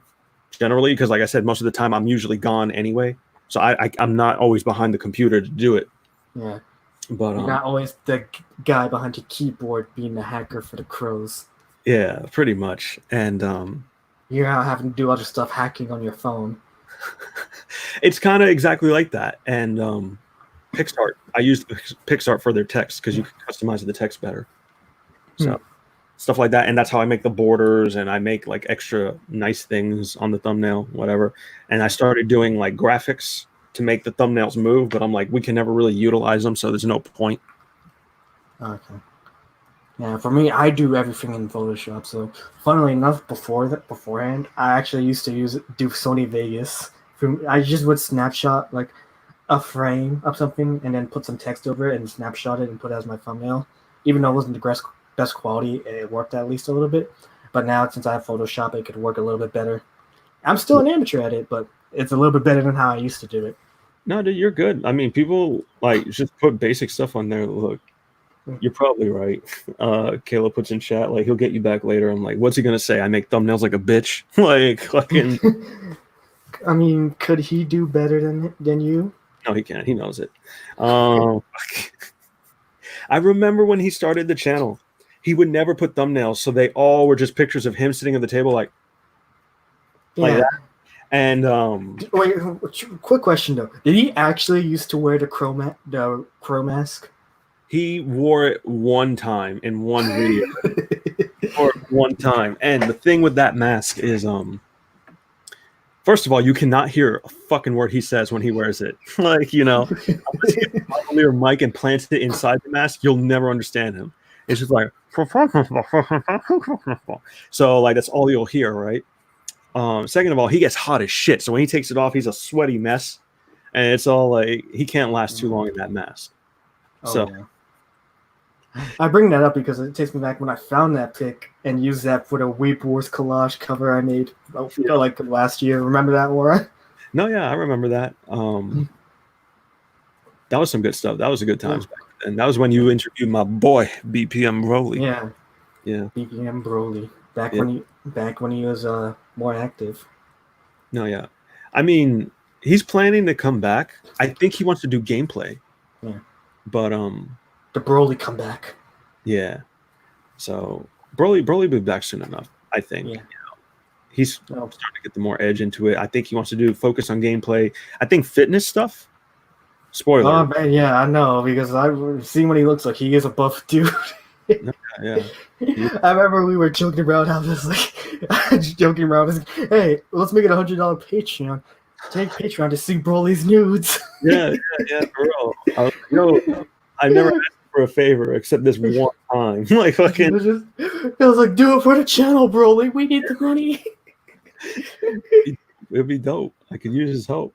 All right, whatever. He's like, no, fuck you.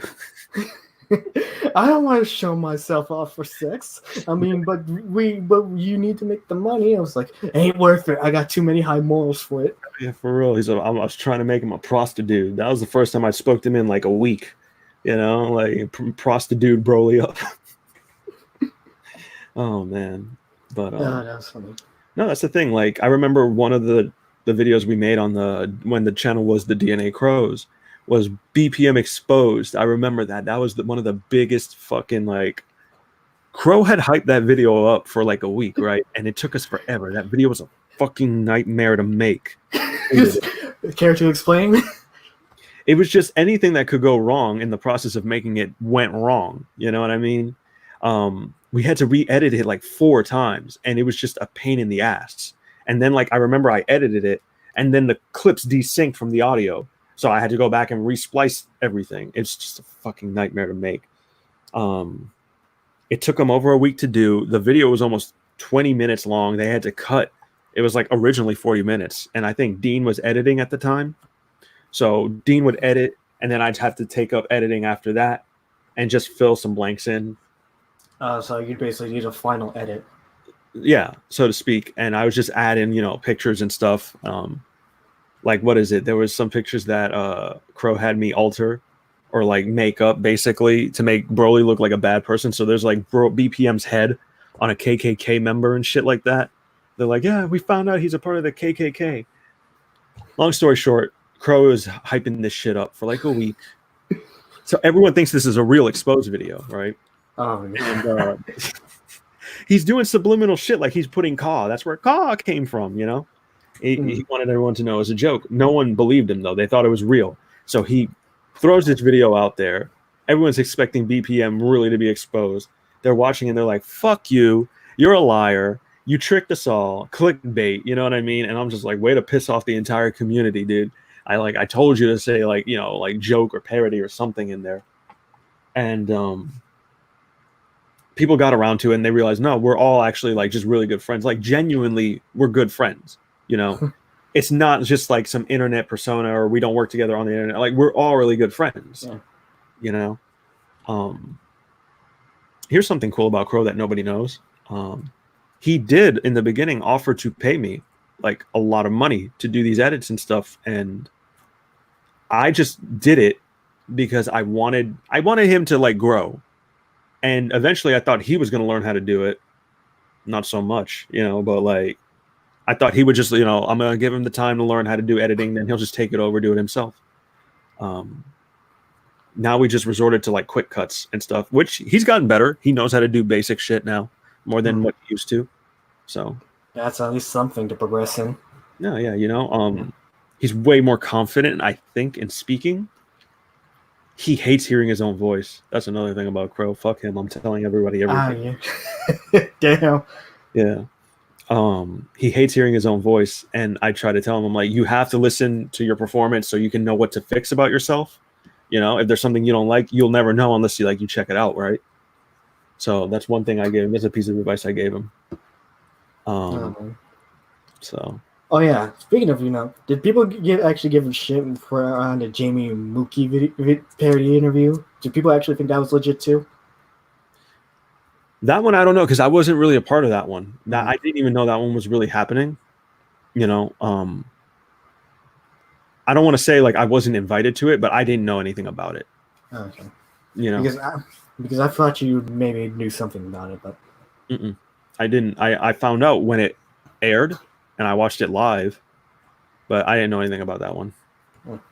And fun fact though, from last interview, the white crows you mentioned, you actually are albino.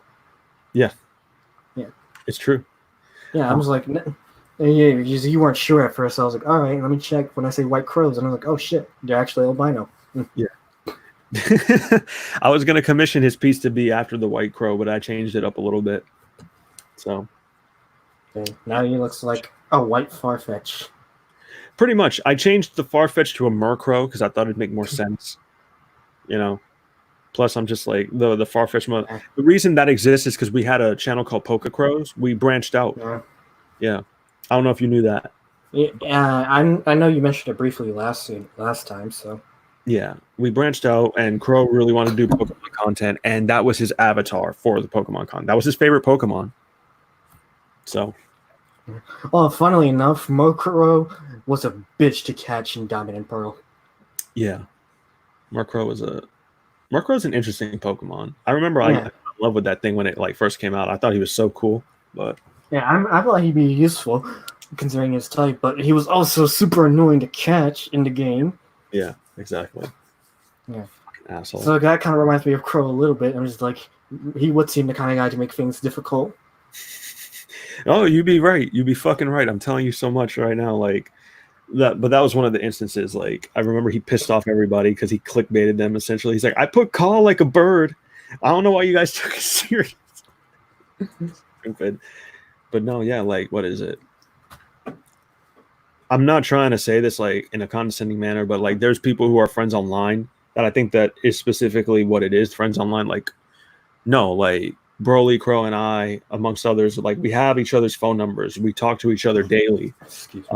We're coming up with ideas for plans. We're all going on vacation. We're all going to like conventions and shit together. I don't know how many other online friend groups really do that shit. No, you don't hear that too often. Yeah, and like we're all that close. You know what I mean? Like we're all getting together for Crow's wedding. You know what I mean? Like. Crow's getting married in October. We're all getting together for that. Okay. I don't know groups that do that either. Question. Do you know if he's actually going to pull a white crow in the wedding? He is not. But if he does, I don't know about it. So that's that'd be no. I find that to be super funny. If he actually has some kind of white crow and puts it in the wedding just to signify his character. For instead of the dove, they like release a white crow. And it's just mean as fuck because crows are aggressive birds, Oh yeah. Well, I mean, just like some sort of white crow statue or something. I could see that. It's fucking. Could you imagine an ice sculpture of a white crow and you would never fucking know? Yeah. Just like, oh no, that's specifically a white crow. And like it's made of ice. There's no color on it, asshole. Like, or if one of the secret grooms, is actually wearing a crow mask you're talking about. Oh yeah, dude, they'd pass the fuck out. Like Florida, I could just see them just go down and it's over. Like, oh, take off the mask and just like fan him with the fucking big rubber crow mask. Oh my god. That'd be funny. It'd be hilarious, bro. I wouldn't put it past him. I would not put it past him for him to live stream that fucking wedding. I would not put it past him. If he did, I'll definitely watch it. Yeah, because I think he's planning to do a live stream tour of his house when we start streaming in like a couple hours. Oh yeah, you know what the funny thing is? You know who also live streamed their wedding one time? The Fiery Joker, if you ever heard of him. Josh Scorcher? Yeah, he live streamed his wedding. Yeah? Yeah, he did. I didn't even know he got married. Oh yeah, he's married. Josh Scorcher. I didn't know you watched Josh Scorcher. Oh yeah, he makes great top videos actually. He's one of my favorite top 10 video makers out there. His top 10s are the reason I like sub to him and know about him. Like, yeah, same here actually. Yeah, because I'm like, anybody who happens to check out Josh Scorcher right now, because does he officially go by Fiery Joker right now, or is it still Josh Scorcher? Okay, so no, that's basically, it's weird. His channel name is still called Josh Scorcher, but he still goes by the Fiery Joker, basically. Yeah. So basically, it's like if I type in Fiery Joker, his channel would pop up. Okay. I didn't know if he changed it or not, but no, it's been the same. It's just that he still uses that username still. No, yeah, because that's how he always used to open his video. Well, still does probably. Like, I'm your host, Fiery Joker, but anybody who looks him up right now, you're probably gonna find a lot of brony content.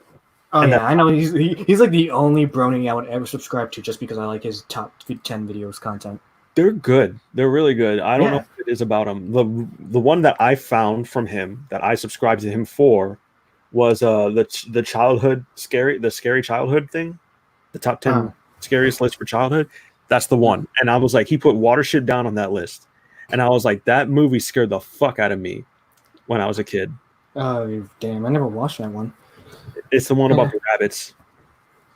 Yeah. I'm glad I hadn't seen it, so I can't say for sure. But what I found him when I saw his top videos on the worst Kingdom Hearts bosses. The other one I think is the Paper Mario one. No, it wasn't. It was villains or bosses in games, and I think the number one was the Paper Mario chick. I can't remember. Which Paper Mario one game? I want to say it's the one where the aliens are invading, and it's the queen Shroom. I think I can't remember. Okay, but I was gonna say because I remember the first game was Bowser was the final boss, and then Thousand Year Door was the Shadow Queen when the some sort of darkness takes over Princess Peach's body. But I think I could be wrong because I think it's Mario and Luigi. I think it's one of those games. Oh, okay. Yeah, the Mario and Luigi saga games, you know. Yeah. He's actually one of the guys that got me into trying to do top videos. So if you don't know, actually a while back, I actually made my top 10 favorite Call of Duty multiplayer maps back when I was 4 years ago. Yeah. It's all right. It's probably one of the better edited videos I made to this day. But I do plan on still making top videos sometime in the near future. Actually, announcement. One of the ones I'm trying to work on very soon, and I'm trying to get out as soon as possible, is actually my top 10 main menu themes in video games, because main menu themes are actually pretty important to the music and how the game's going to be. Yeah. I think you should stick with that too. You know, I've seen some of your reactions. What is it? Because of you, I know there's a Persona, what do you call it? Persona 3 Abridged? Bridged, yeah, there you go. Yeah. I was gonna call it parody. I literally found that by luck, so yeah. I didn't know about it. I saw you react to it. Yeah. I mean, I still plan on doing reactions, just it depends on what I react to. That's the only issue, is like, you know, what to react and what I could is just like what could I do, which can be genuinely funny, while at the same time I'm trying to get views, because you know views do matter at the same time. Yeah, they do. Yeah. But that's another thing. I feel like top videos would gain views. It just depends on what I want to do. Doing a top because no one ever talks about the main menu themes in game. So I'm just like, let me do that and see how that goes. Because honestly, there's like a few of them I could name at the top of my head that really stick out to me. So let me do that and make a top 10 menu themes in games, because that'd be great. Yeah. But no, yeah. I think you should do that. I think you should stick with doing the top 10 stuff, because I enjoy specific things, you know. I genuinely like stuff that's probably relatable, you know, like that's why I like the top 10 scariest things from childhood stuff, because it resurfaces a lot of things from your childhood, like nostalgia wise. Yeah. Like Stephen King's It. Like, I rewatched that shit. I'm like, yeah, this shit is not scary at all. I was terrified of that fucking movie. It fucked me up. I was afraid of like storm drains and shit for years and balloons and shit. Like fucking so. But like rewatching it now, I'm like, yeah, this shit is not scary at all. It's not even that great. The book is not that great. Nothing about it is that great, like retrospectively. But when I was a kid, the only reason it's so great is because it scared the shit out of me. That was one of the scariest moments in my life. Is fucking it. So that's what. Anyways, yeah. I don't know. I don't know. If you want to hear more shit about Crow, or if you want to talk shit about Crow, let's fucking do it. I'm down. Yeah. all right. Crow sucks. Crow I'm sucks. kidding. Wait, takes me to my another question. All right. I remember I asked this one time when you guys were talking to Athena Finger, but the question wasn't answered properly. So let me ask again. Which Lantern Corps you think you would be a part of? Mine is blue. I think blue, and I'm being biased as fuck because blue is just my favorite color. Yeah. Do you think you can generate enough hope for it? No. See, that's the problem. Realistically, I mean, what Lantern Corps would you be a part of then? Probably Indigo. That's what I'm thinking. Probably Indigo. Because you know the Indigo League. Yeah, Compassion. Yeah. I think that would probably be the most accurate. You know, based on my sign, my birth sign, it would probably be green because, like, I think I have good willpower. I don't usually let people talk me into shit. I just make my own decisions. Eventually, I don't get pressured. I don't think. I wouldn't say, but it's probably going to be like Indigo. Compassion would probably be it. I could see you being compassionate. Yeah. And I remember Crow saying he'd be an Orange Lantern. Greedy. Do you believe that?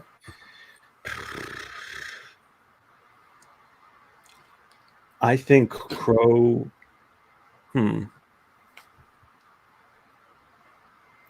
Trying to think. There's black, indigo. I'd probably see him more as a red. Really? Yeah. Crow rages a lot. Like, yeah, like I usually hear it a lot, like behind the scenes and stuff. You know, he'll rage about shit, especially when he can't figure out how to edit something. This is fucking frustrating. You know, like he's got a short fuse, man. But like he'll let shit go, like just as quickly too. But like when he gets in those moments, like I see him more as a red than an orange. I don't think Crow is that greedy. He'll help people out when they need to be helped and stuff. You know, I think he just likes that one. I would totally kind of pick the Orange Lantern, but I don't think I'm that greedy either. Yeah, like I could see Crow being maybe a little greedy because I can just see the picture of him, his white Crow avatar holding the orange power battery like Larfleeze and just being like, mine. Yeah. He'd be the kind of guy to make orange constructs of humanoid crows. I could see that. Yeah. See, like it'd be cool for him to be orange, but I don't think he'd fit orange very well. I could see him definitely more as red, if anything. But I know his favorite color is blue as well, so he'd probably want to pick blue just for the hell of it. And I can also see him trying to, use his powers to meet the Raven Man. Yeah. If you know the story behind the Raven Man. What is it exactly? The Raven Man? Yeah. Oh. So, are you aware of... Okay, I remember knowing about this from when I watched Tad's top videos on the 15 ritual creepypastas. And one of them was the Raven Man, and they talked about the Raven Man ritual. Okay, just making sure. Before I took us to different territories. Okay, which one were you gonna think about? I thought you were talking about one of the. Do you know how all the constructs have deities, right? So the Red Man has the Bull Butcher, and Spectre is the Green Lantern avatar, and Parallax is the Yellow Lantern avatar. I thought there was a Crow one, and I was like, oh shit, I probably don't know about it. Okay. So I was like, no, because I was thinking of the creepypasta. I was like the creepypasta? Yeah. Speaking of, I don't know why, but I really want to throw this in there. Creepypasta movies suck. Slender Man sucks. Oh yeah, I heard about that. Just want to throw that out there. but don't let me derail anymore because we are coming up on 2 hours, sir. Yeah. Funnily enough, Top's videos actually commented on my past reactions when I reacted to the videos. I was like, "Hey, thanks for reacting to us, man. We appreciate it." I was like, "Bet I got approval from one of these guys who are bigger YouTubers than me." The only issue I have was trying to react to their videos is that they're so fucking long. Yes, dude. It's like honestly, when I did the top 60 non-gaming creepypastas, right? Mm-hmm. That was an hour and a half or almost 2 hours. But it took forever to render on Sony Vegas. Not only that, it just took forever to upload too. And honestly, it was kind of hard too because my lighting sucked when I reacted to it. And towards the end, honestly, I almost did fall asleep when I was eating candy. That's great. That's great. Yeah. I can see Rick too. Like, there's like no light. He has a flashlight underneath him, just like fucking. Oh, that was scary. like fucking. And funny enough, when I did when I reacted to the experimental creepypastas one, I had to split that into 2 parts because it was just that long. So I was like, let me split it into two parts then, so it's not as long. But thankfully, they just reacted to it. They commented on that too, saying, "Hey, thanks for reacting." I mean, I'd love to react to more of your stuff. The problem is, it's just so damn long. It's find the hard one to react to. Yeah. And just be able to sit through the whole thing and just be able to bear with it. I mean, their stuff is still entertaining, but it's just long as shit. That's another thing. They're the ones that actually got me into making top videos too. But man, their ones are long as fuck. No, yeah, that's the problem with long content like that. Like, it's cool. I can appreciate you just getting it out in one shot, but like a lot of the times I'm like, that's more than like fucking Transformers the movie. You know what I mean? Like, this is like a movie length thing that I'm sitting through, and there may be banter and shit that like I'm not there for, some shit like that. You know what I mean? Mm-hmm. But I guess it's just a picky thing. That's just my personal thing. Like, I prefer shorter pieces of content, unless it's something specifically that has to be long, like a documentary, like Toad McKinley does, or Nick Duro does deep dives. That I can like give a pass. So funnily enough, man, it's just like. Yeah, I feel that. It's just like I love that stuff videos. I remember watching their stuff like during the summer of 2013, and I really liked it. Yeah. Back then, because I was only 14 and like going and still enjoying myself and like watching stuff. So I was like, what else do I have better to do? So I was like, let me just go ahead and watch your stuff like that. But man, it was really long. And it's just like I'm surprised because it was just how long it was.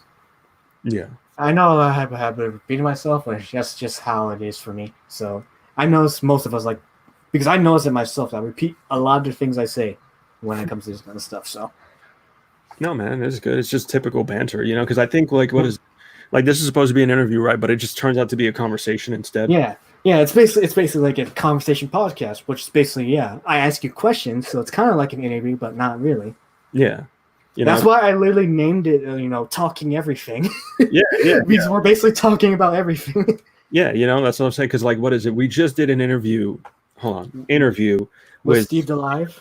Yeah, wasn't. I only saw briefly of it, but I didn't see all of it. It was more or less a shit show, because like there was a lot of other things happening behind the scenes. You can tell in the beginning. You watch the first like 5 minutes, and you'll be like, "Oh, okay, I see what's going on." I don't want to talk about the guy because I don't want to give him any fucking attention. Is it because of the whole stuff with Repsion? Yeah, sort of, but like it had something to do with some guy who has nothing to do with any of that, but wants to be a part of it. Wait, is it Chris Anonymous? No, Chris Anonymous. Chris Anonymous is our homie, bro. Like, okay, I'm just joking. No, you're good. You're good. I get it because of the anonymous thing, right? Yeah.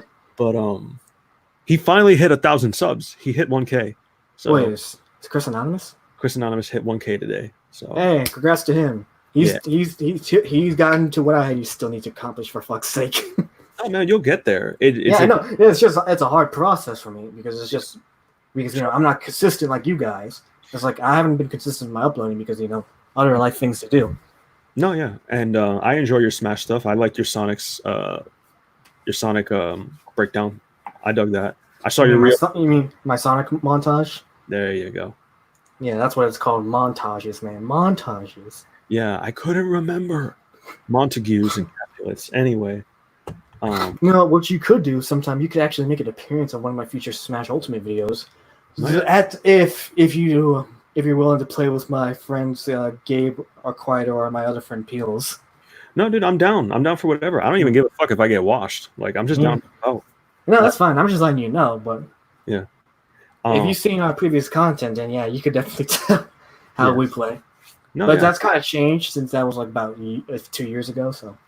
No, it'd be cool to pick it back up because like I said, I haven't played since Etika Fast and shit. Yeah. So it was nice to like pick it up and like play somebody like very experienced and stuff. So because honestly, we still do funny shit sometimes when you're doing free for alls and fleet players or like 4 players. No, yeah, dude. I'll even if I'm there to add commentary, I'm down to help. Yeah, that'd be fun. Yeah. I mean, make more content for me. I mean, I miss trying to do the Smash Bros videos. Just the problem is it just depends how I want to edit it. Like in my Smash 4 videos, I added so many sound effects that I think sometimes were a little bit unnecessary. Like anytime someone would spike, it'd be a Dragon Ball Z sound effect. Yeah. But it's just how I'm trying to go about it, which is what I want to do differently. Like because the first Smash Ultimate video I did was just us playing. It's just us highlighting clipping. I didn't really edit too much and like sound effects or anything. So. Well, here's an idea that I had one time to do like Smash content because like a lot of people do it, right? It's kind of out there. Yeah. So I wanted to make something original. So I was going to do like, I guess the best way to put it is like a role-playing thing. So you take like 2 characters and make up like, this insane fucking thing. Like, I don't know, like you're Ganondorf and like you're a pimp and you're looking for money, right? Like, where the fuck's my money? And you go like fight, I don't know, who the fuck can he fight? Ridley. It's like, where's my money, bitch? And then they just fight. So you make like this fake scenario and then you put the 2 characters to fight the scenario. So that was one thing I was going to do with an old teammate I used to work with or whatever the fuck you want to call it. Because, like, that's one of the things people don't know. Like, I've done the same thing I'm doing with Crow with other people, right? I've partnered on a channel with people, and I've tried to get them, to 1K, which we almost were, and then, it didn't work out. And the dude scrubbed and deleted his entire fucking channel. I don't want to get into it too much. Ouch. Yeah. Which sucked because the work wasn't his. So I would have appreciated having my work. What are you going to do, Yeah. By the way, was like Smash Bros. The first game you ever played? Or what was the first game you ever played? Like in the Smash Brothers series or ever in my life? Just ever in your life. What was the first? Because I was assuming it was the first video game you ever played in your life, or is there something else you played? No, bro. Super Nintendo. And even before that, because I played Atari when I was a kid, so it was probably Asteroids, to be honest, was the very first game I ever played. But the one that I remember very, very well was Super Mario for the Super Nintendo. That one, because I grew up with Sonic and Mario, and I love them both, but I played the shit out of Super Mario. Okay. Yeah. Because funnily enough, one of the other reasons I really love Smash Bros. And I just have a personal connection to it, because I don't remember which one I played first. So, between the first video game I played, it was either between Super Smash Bros. On the N64 or Tekken 3 on the PS1. Yeah. Because that's one of the reasons I'm a huge Tekken fan, because I actually love that fighting game series too. Which is also a reason I love fighting games too. I like fighting games, even though I'm not great at them, but I'm still not as bad as DSP. But anyways, I do, which is another thing. I actually do follow the FGC community because some of the guys on there are pretty great, and I eventually want to like have fighting game skills like that. I even attempted to actually make a mini series of me trying to make fighting game moments in when I'm trying to play an online match, but those sucked, honestly. So I was like, yeah, let me stop, because they aren't that great. Because to be honest, when I played Marvel vs. Capcom 3, I'd play on Sippo mode, and my team would be Dante, Virgil, and Strider, and I'd be the scrubbiest and tryhardest noob on there. It's like I spammed the shit out of teleportation with Strider, hear you, and just that's how I'd win most of my matches. Yeah. And I'll admit that was a shitty thing to do for me. It's a strategy. But no, it's a hard community to get along with because they're not very welcoming all the time. Yeah, I can say that at least too. There's even some people who have said that too in the past, actually. Like I remember someone like Alex Valle and Justin Wong have said that too in the past. Yeah, they're not very welcoming unassuming. They're very arrogant. They're Filipino champ. Yeah, exactly. Like oh my god, low tier god. I almost brought him up. No, my friends like to meme on him all the time. He's such a douche. Like, Yeah. but like that's why Zero's like one of my favorite players generally, not just Smash wise, but like generally, because he's a genuine fucking person. You know what I mean? Yeah. He says it all the time. He's like, I never even felt welcome there like once. Everybody always wanted me to lose this and that. Like, you know. Yeah, that's why it's like that's why everyone says one of the reasons why the Smash community is so toxic and so they're fake. Yeah. Like they'll be like, oh, good job, respect it behind your back. Yeah, but another person I actually like watching who's part of the FGC too is actually Maximilian dude. I think he's pretty cool too. Yeah, he's funny enough. He's actually one of the other first YouTubers I watched too. Like I remember watching him back when he had like 70,000 subscribers actually. So I've been watching him for years. I don't watch him as consistent as I used to anymore, but I do watch him from time to time though on YouTube. Yeah, no, Max is pretty dope. He's cool. Yeah, he's cool. Yeah, because I like his stuff. I sometimes only briefly watch his streams on Twitch because that's the thing I hate about time nowadays. I don't know when I'd be able to watch some people, and sometimes I don't know when I'll be able to watch. Like there are a few Twitch streamers I follow sometimes, not all, but sometimes I know some people stream on Twitch too. Like Maximilian streams on Twitch. Josh Scorcher sometimes streams on Twitch, but he has that multi-stream thing. But, it still depends on what time or when I want to watch it when they're online. Like it's very hard. That's the only inconsistent thing nowadays. Like you watch, so many people, but you don't know who to watch right now. No, yeah, it depends on the mood too. Yeah, but Maximilian's a guy like I still watch to this day. Not as much as I used to, but I still like to watch him when I get the chance. Catch him here and there, at least to watch his reactions. Oh yeah, those are funny actually. Yeah. But we hit the 2-hour mark, sir. Man, I didn't think we actually go on for this long, to be honest. Me neither. I thought we were gonna do like an hour and then do the rest with Crow, but I had a good time. Yeah. And speaking of which, I'm honestly about to do when you guys do your stream later. I might do that, but also at the same time promote my Let's Play channel. I was like, hey, go see my Let's Play channel. You're actually able to, like, okay, for anybody who sees this, or for you, Vic, anybody generally, you can promote in our chat. We're fine with that, Okay. No, but I was gonna do is say, hey, go stop watching Crow, go watch my Let's Play. Right. I'm not gonna say it like that, but just like I thought I would just do that just to tick off Crow a little bit. The minute you put it in there, I'll tell everybody to do that. Fuck him.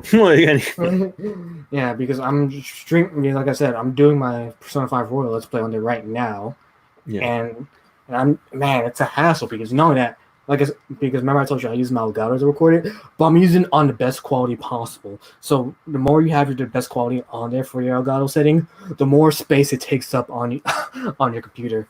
So it takes up a lot of space every time I record. But it is worth it because I want to get the best quality possible for this Let's Play just to make it better than any of my other ones so far in the past. Yeah. Because to be honest, actually, before we end off, I actually used to record before I got an Elgato. I actually used to have a Roxio HD game capture. Oh shit! Yeah, it's a throwback. It is. It was actually pretty handy too. The problem is I just didn't know how to use it properly. Yeah. And the only thing that sucked about it is too, because I didn't have that settings. You had to record your commentary separately and then sync it in with the gameplay, which was a bit of a pain in the ass, which I hated. No, yeah, that's a pain in the ass, and then you got to do that queue up sync. So like 1, 2, 3, and then move the menu bars to try and sync it up that way. Yeah, that's what I sometimes have to do with my reaction videos. That's why you see me going 3, 2, 1, and now from when I edit it later. Yeah. So there's that handy because I don't know how other reactors do it, but that's how I have to still do it to this day because I don't know how to you just screen share and pause so it just only shows the video and not everything else. Yeah. But so that's why I'm still an amateur. But hey, that's how it is for now, anyways. Yeah, man. The content's still progressing as we progress further. Yeah. So next. Yeah, you like how? You were saying? Oh no, I was just gonna say next time we come on, it's on Crow this time. You know what I mean? Next time we'll be sure to have Crow. Next time we'll be sure to have Crow. Yeah. And just as another thing too, I want to try to make this a little bit more consistent, maybe, because the next person I had in mind to bring on for interviews / talking everything with streams is probably Toy Bounty Hunters, because I know he's probably up for it. You should do it, yeah. Yeah, I'll try to message him later and say, hey, Tony Bounty I'd like to have you on my stream in the future for an interview, just talk stuff, and maybe out of nowhere, Aura will probably crash the party. I might. Toy Bounty Hunters is great. He's a great fucking friend. Yeah, I imagine. I don't live too far from him. We still got to hang out, but still, like, that's what I'm talking about. Like, we're genuinely fucking friends. Like, anyway, no, yeah, I think it's a great pick. Yeah, because not to mention, I still got more stories to share with y'all in the future, because it'd be great, because I could talk about, like, a little bit of my experience in conventions. That'd be a great story to tell and ask how your experiences are. So that'd be great to know. Yeah. But anyways, yeah, it's good to leave it off here since we're about 2 hours and 5 minutes. So honestly, I'm amazed. It's past 2 streams. We dragged it on longer than we thought we would. But in any case, I'm keeping this stream up and putting it on my streams playlist. So that's all for this stream. For those who are watching, thanks for watching. I'll be having a stream on later on. For anyone who wants to watch it later on, of course, just keep it up. Next time, hopefully, we will have Crow on. Hopefully. Dumbass birdie. Yeah. So hopefully we can have that. Thanks for coming on, Aura. For carrying this stream and just for carrying the Crows in general. No problem. Having us on. Go check out Crows of Judgement if you don't know who they are. Check those out. Of course, you know what my channel is. Oh yeah, and just to promote my Let's Play channel a little bit, check out my Let's Play channel because I'm getting back into it. I'm doing Persona 5 Roll right now, so please go check that out and subscribe there because subscribing makes life happy for everybody. Ain't that right, Aura? Yes, sir. All right. So that's it for today's stream. Like I said already for the third or second time. Thanks for watching, everybody. Until next time, catch me on my channel and catch Aura on Crows of Judgement. So later on. So until next time, peace out, everybody.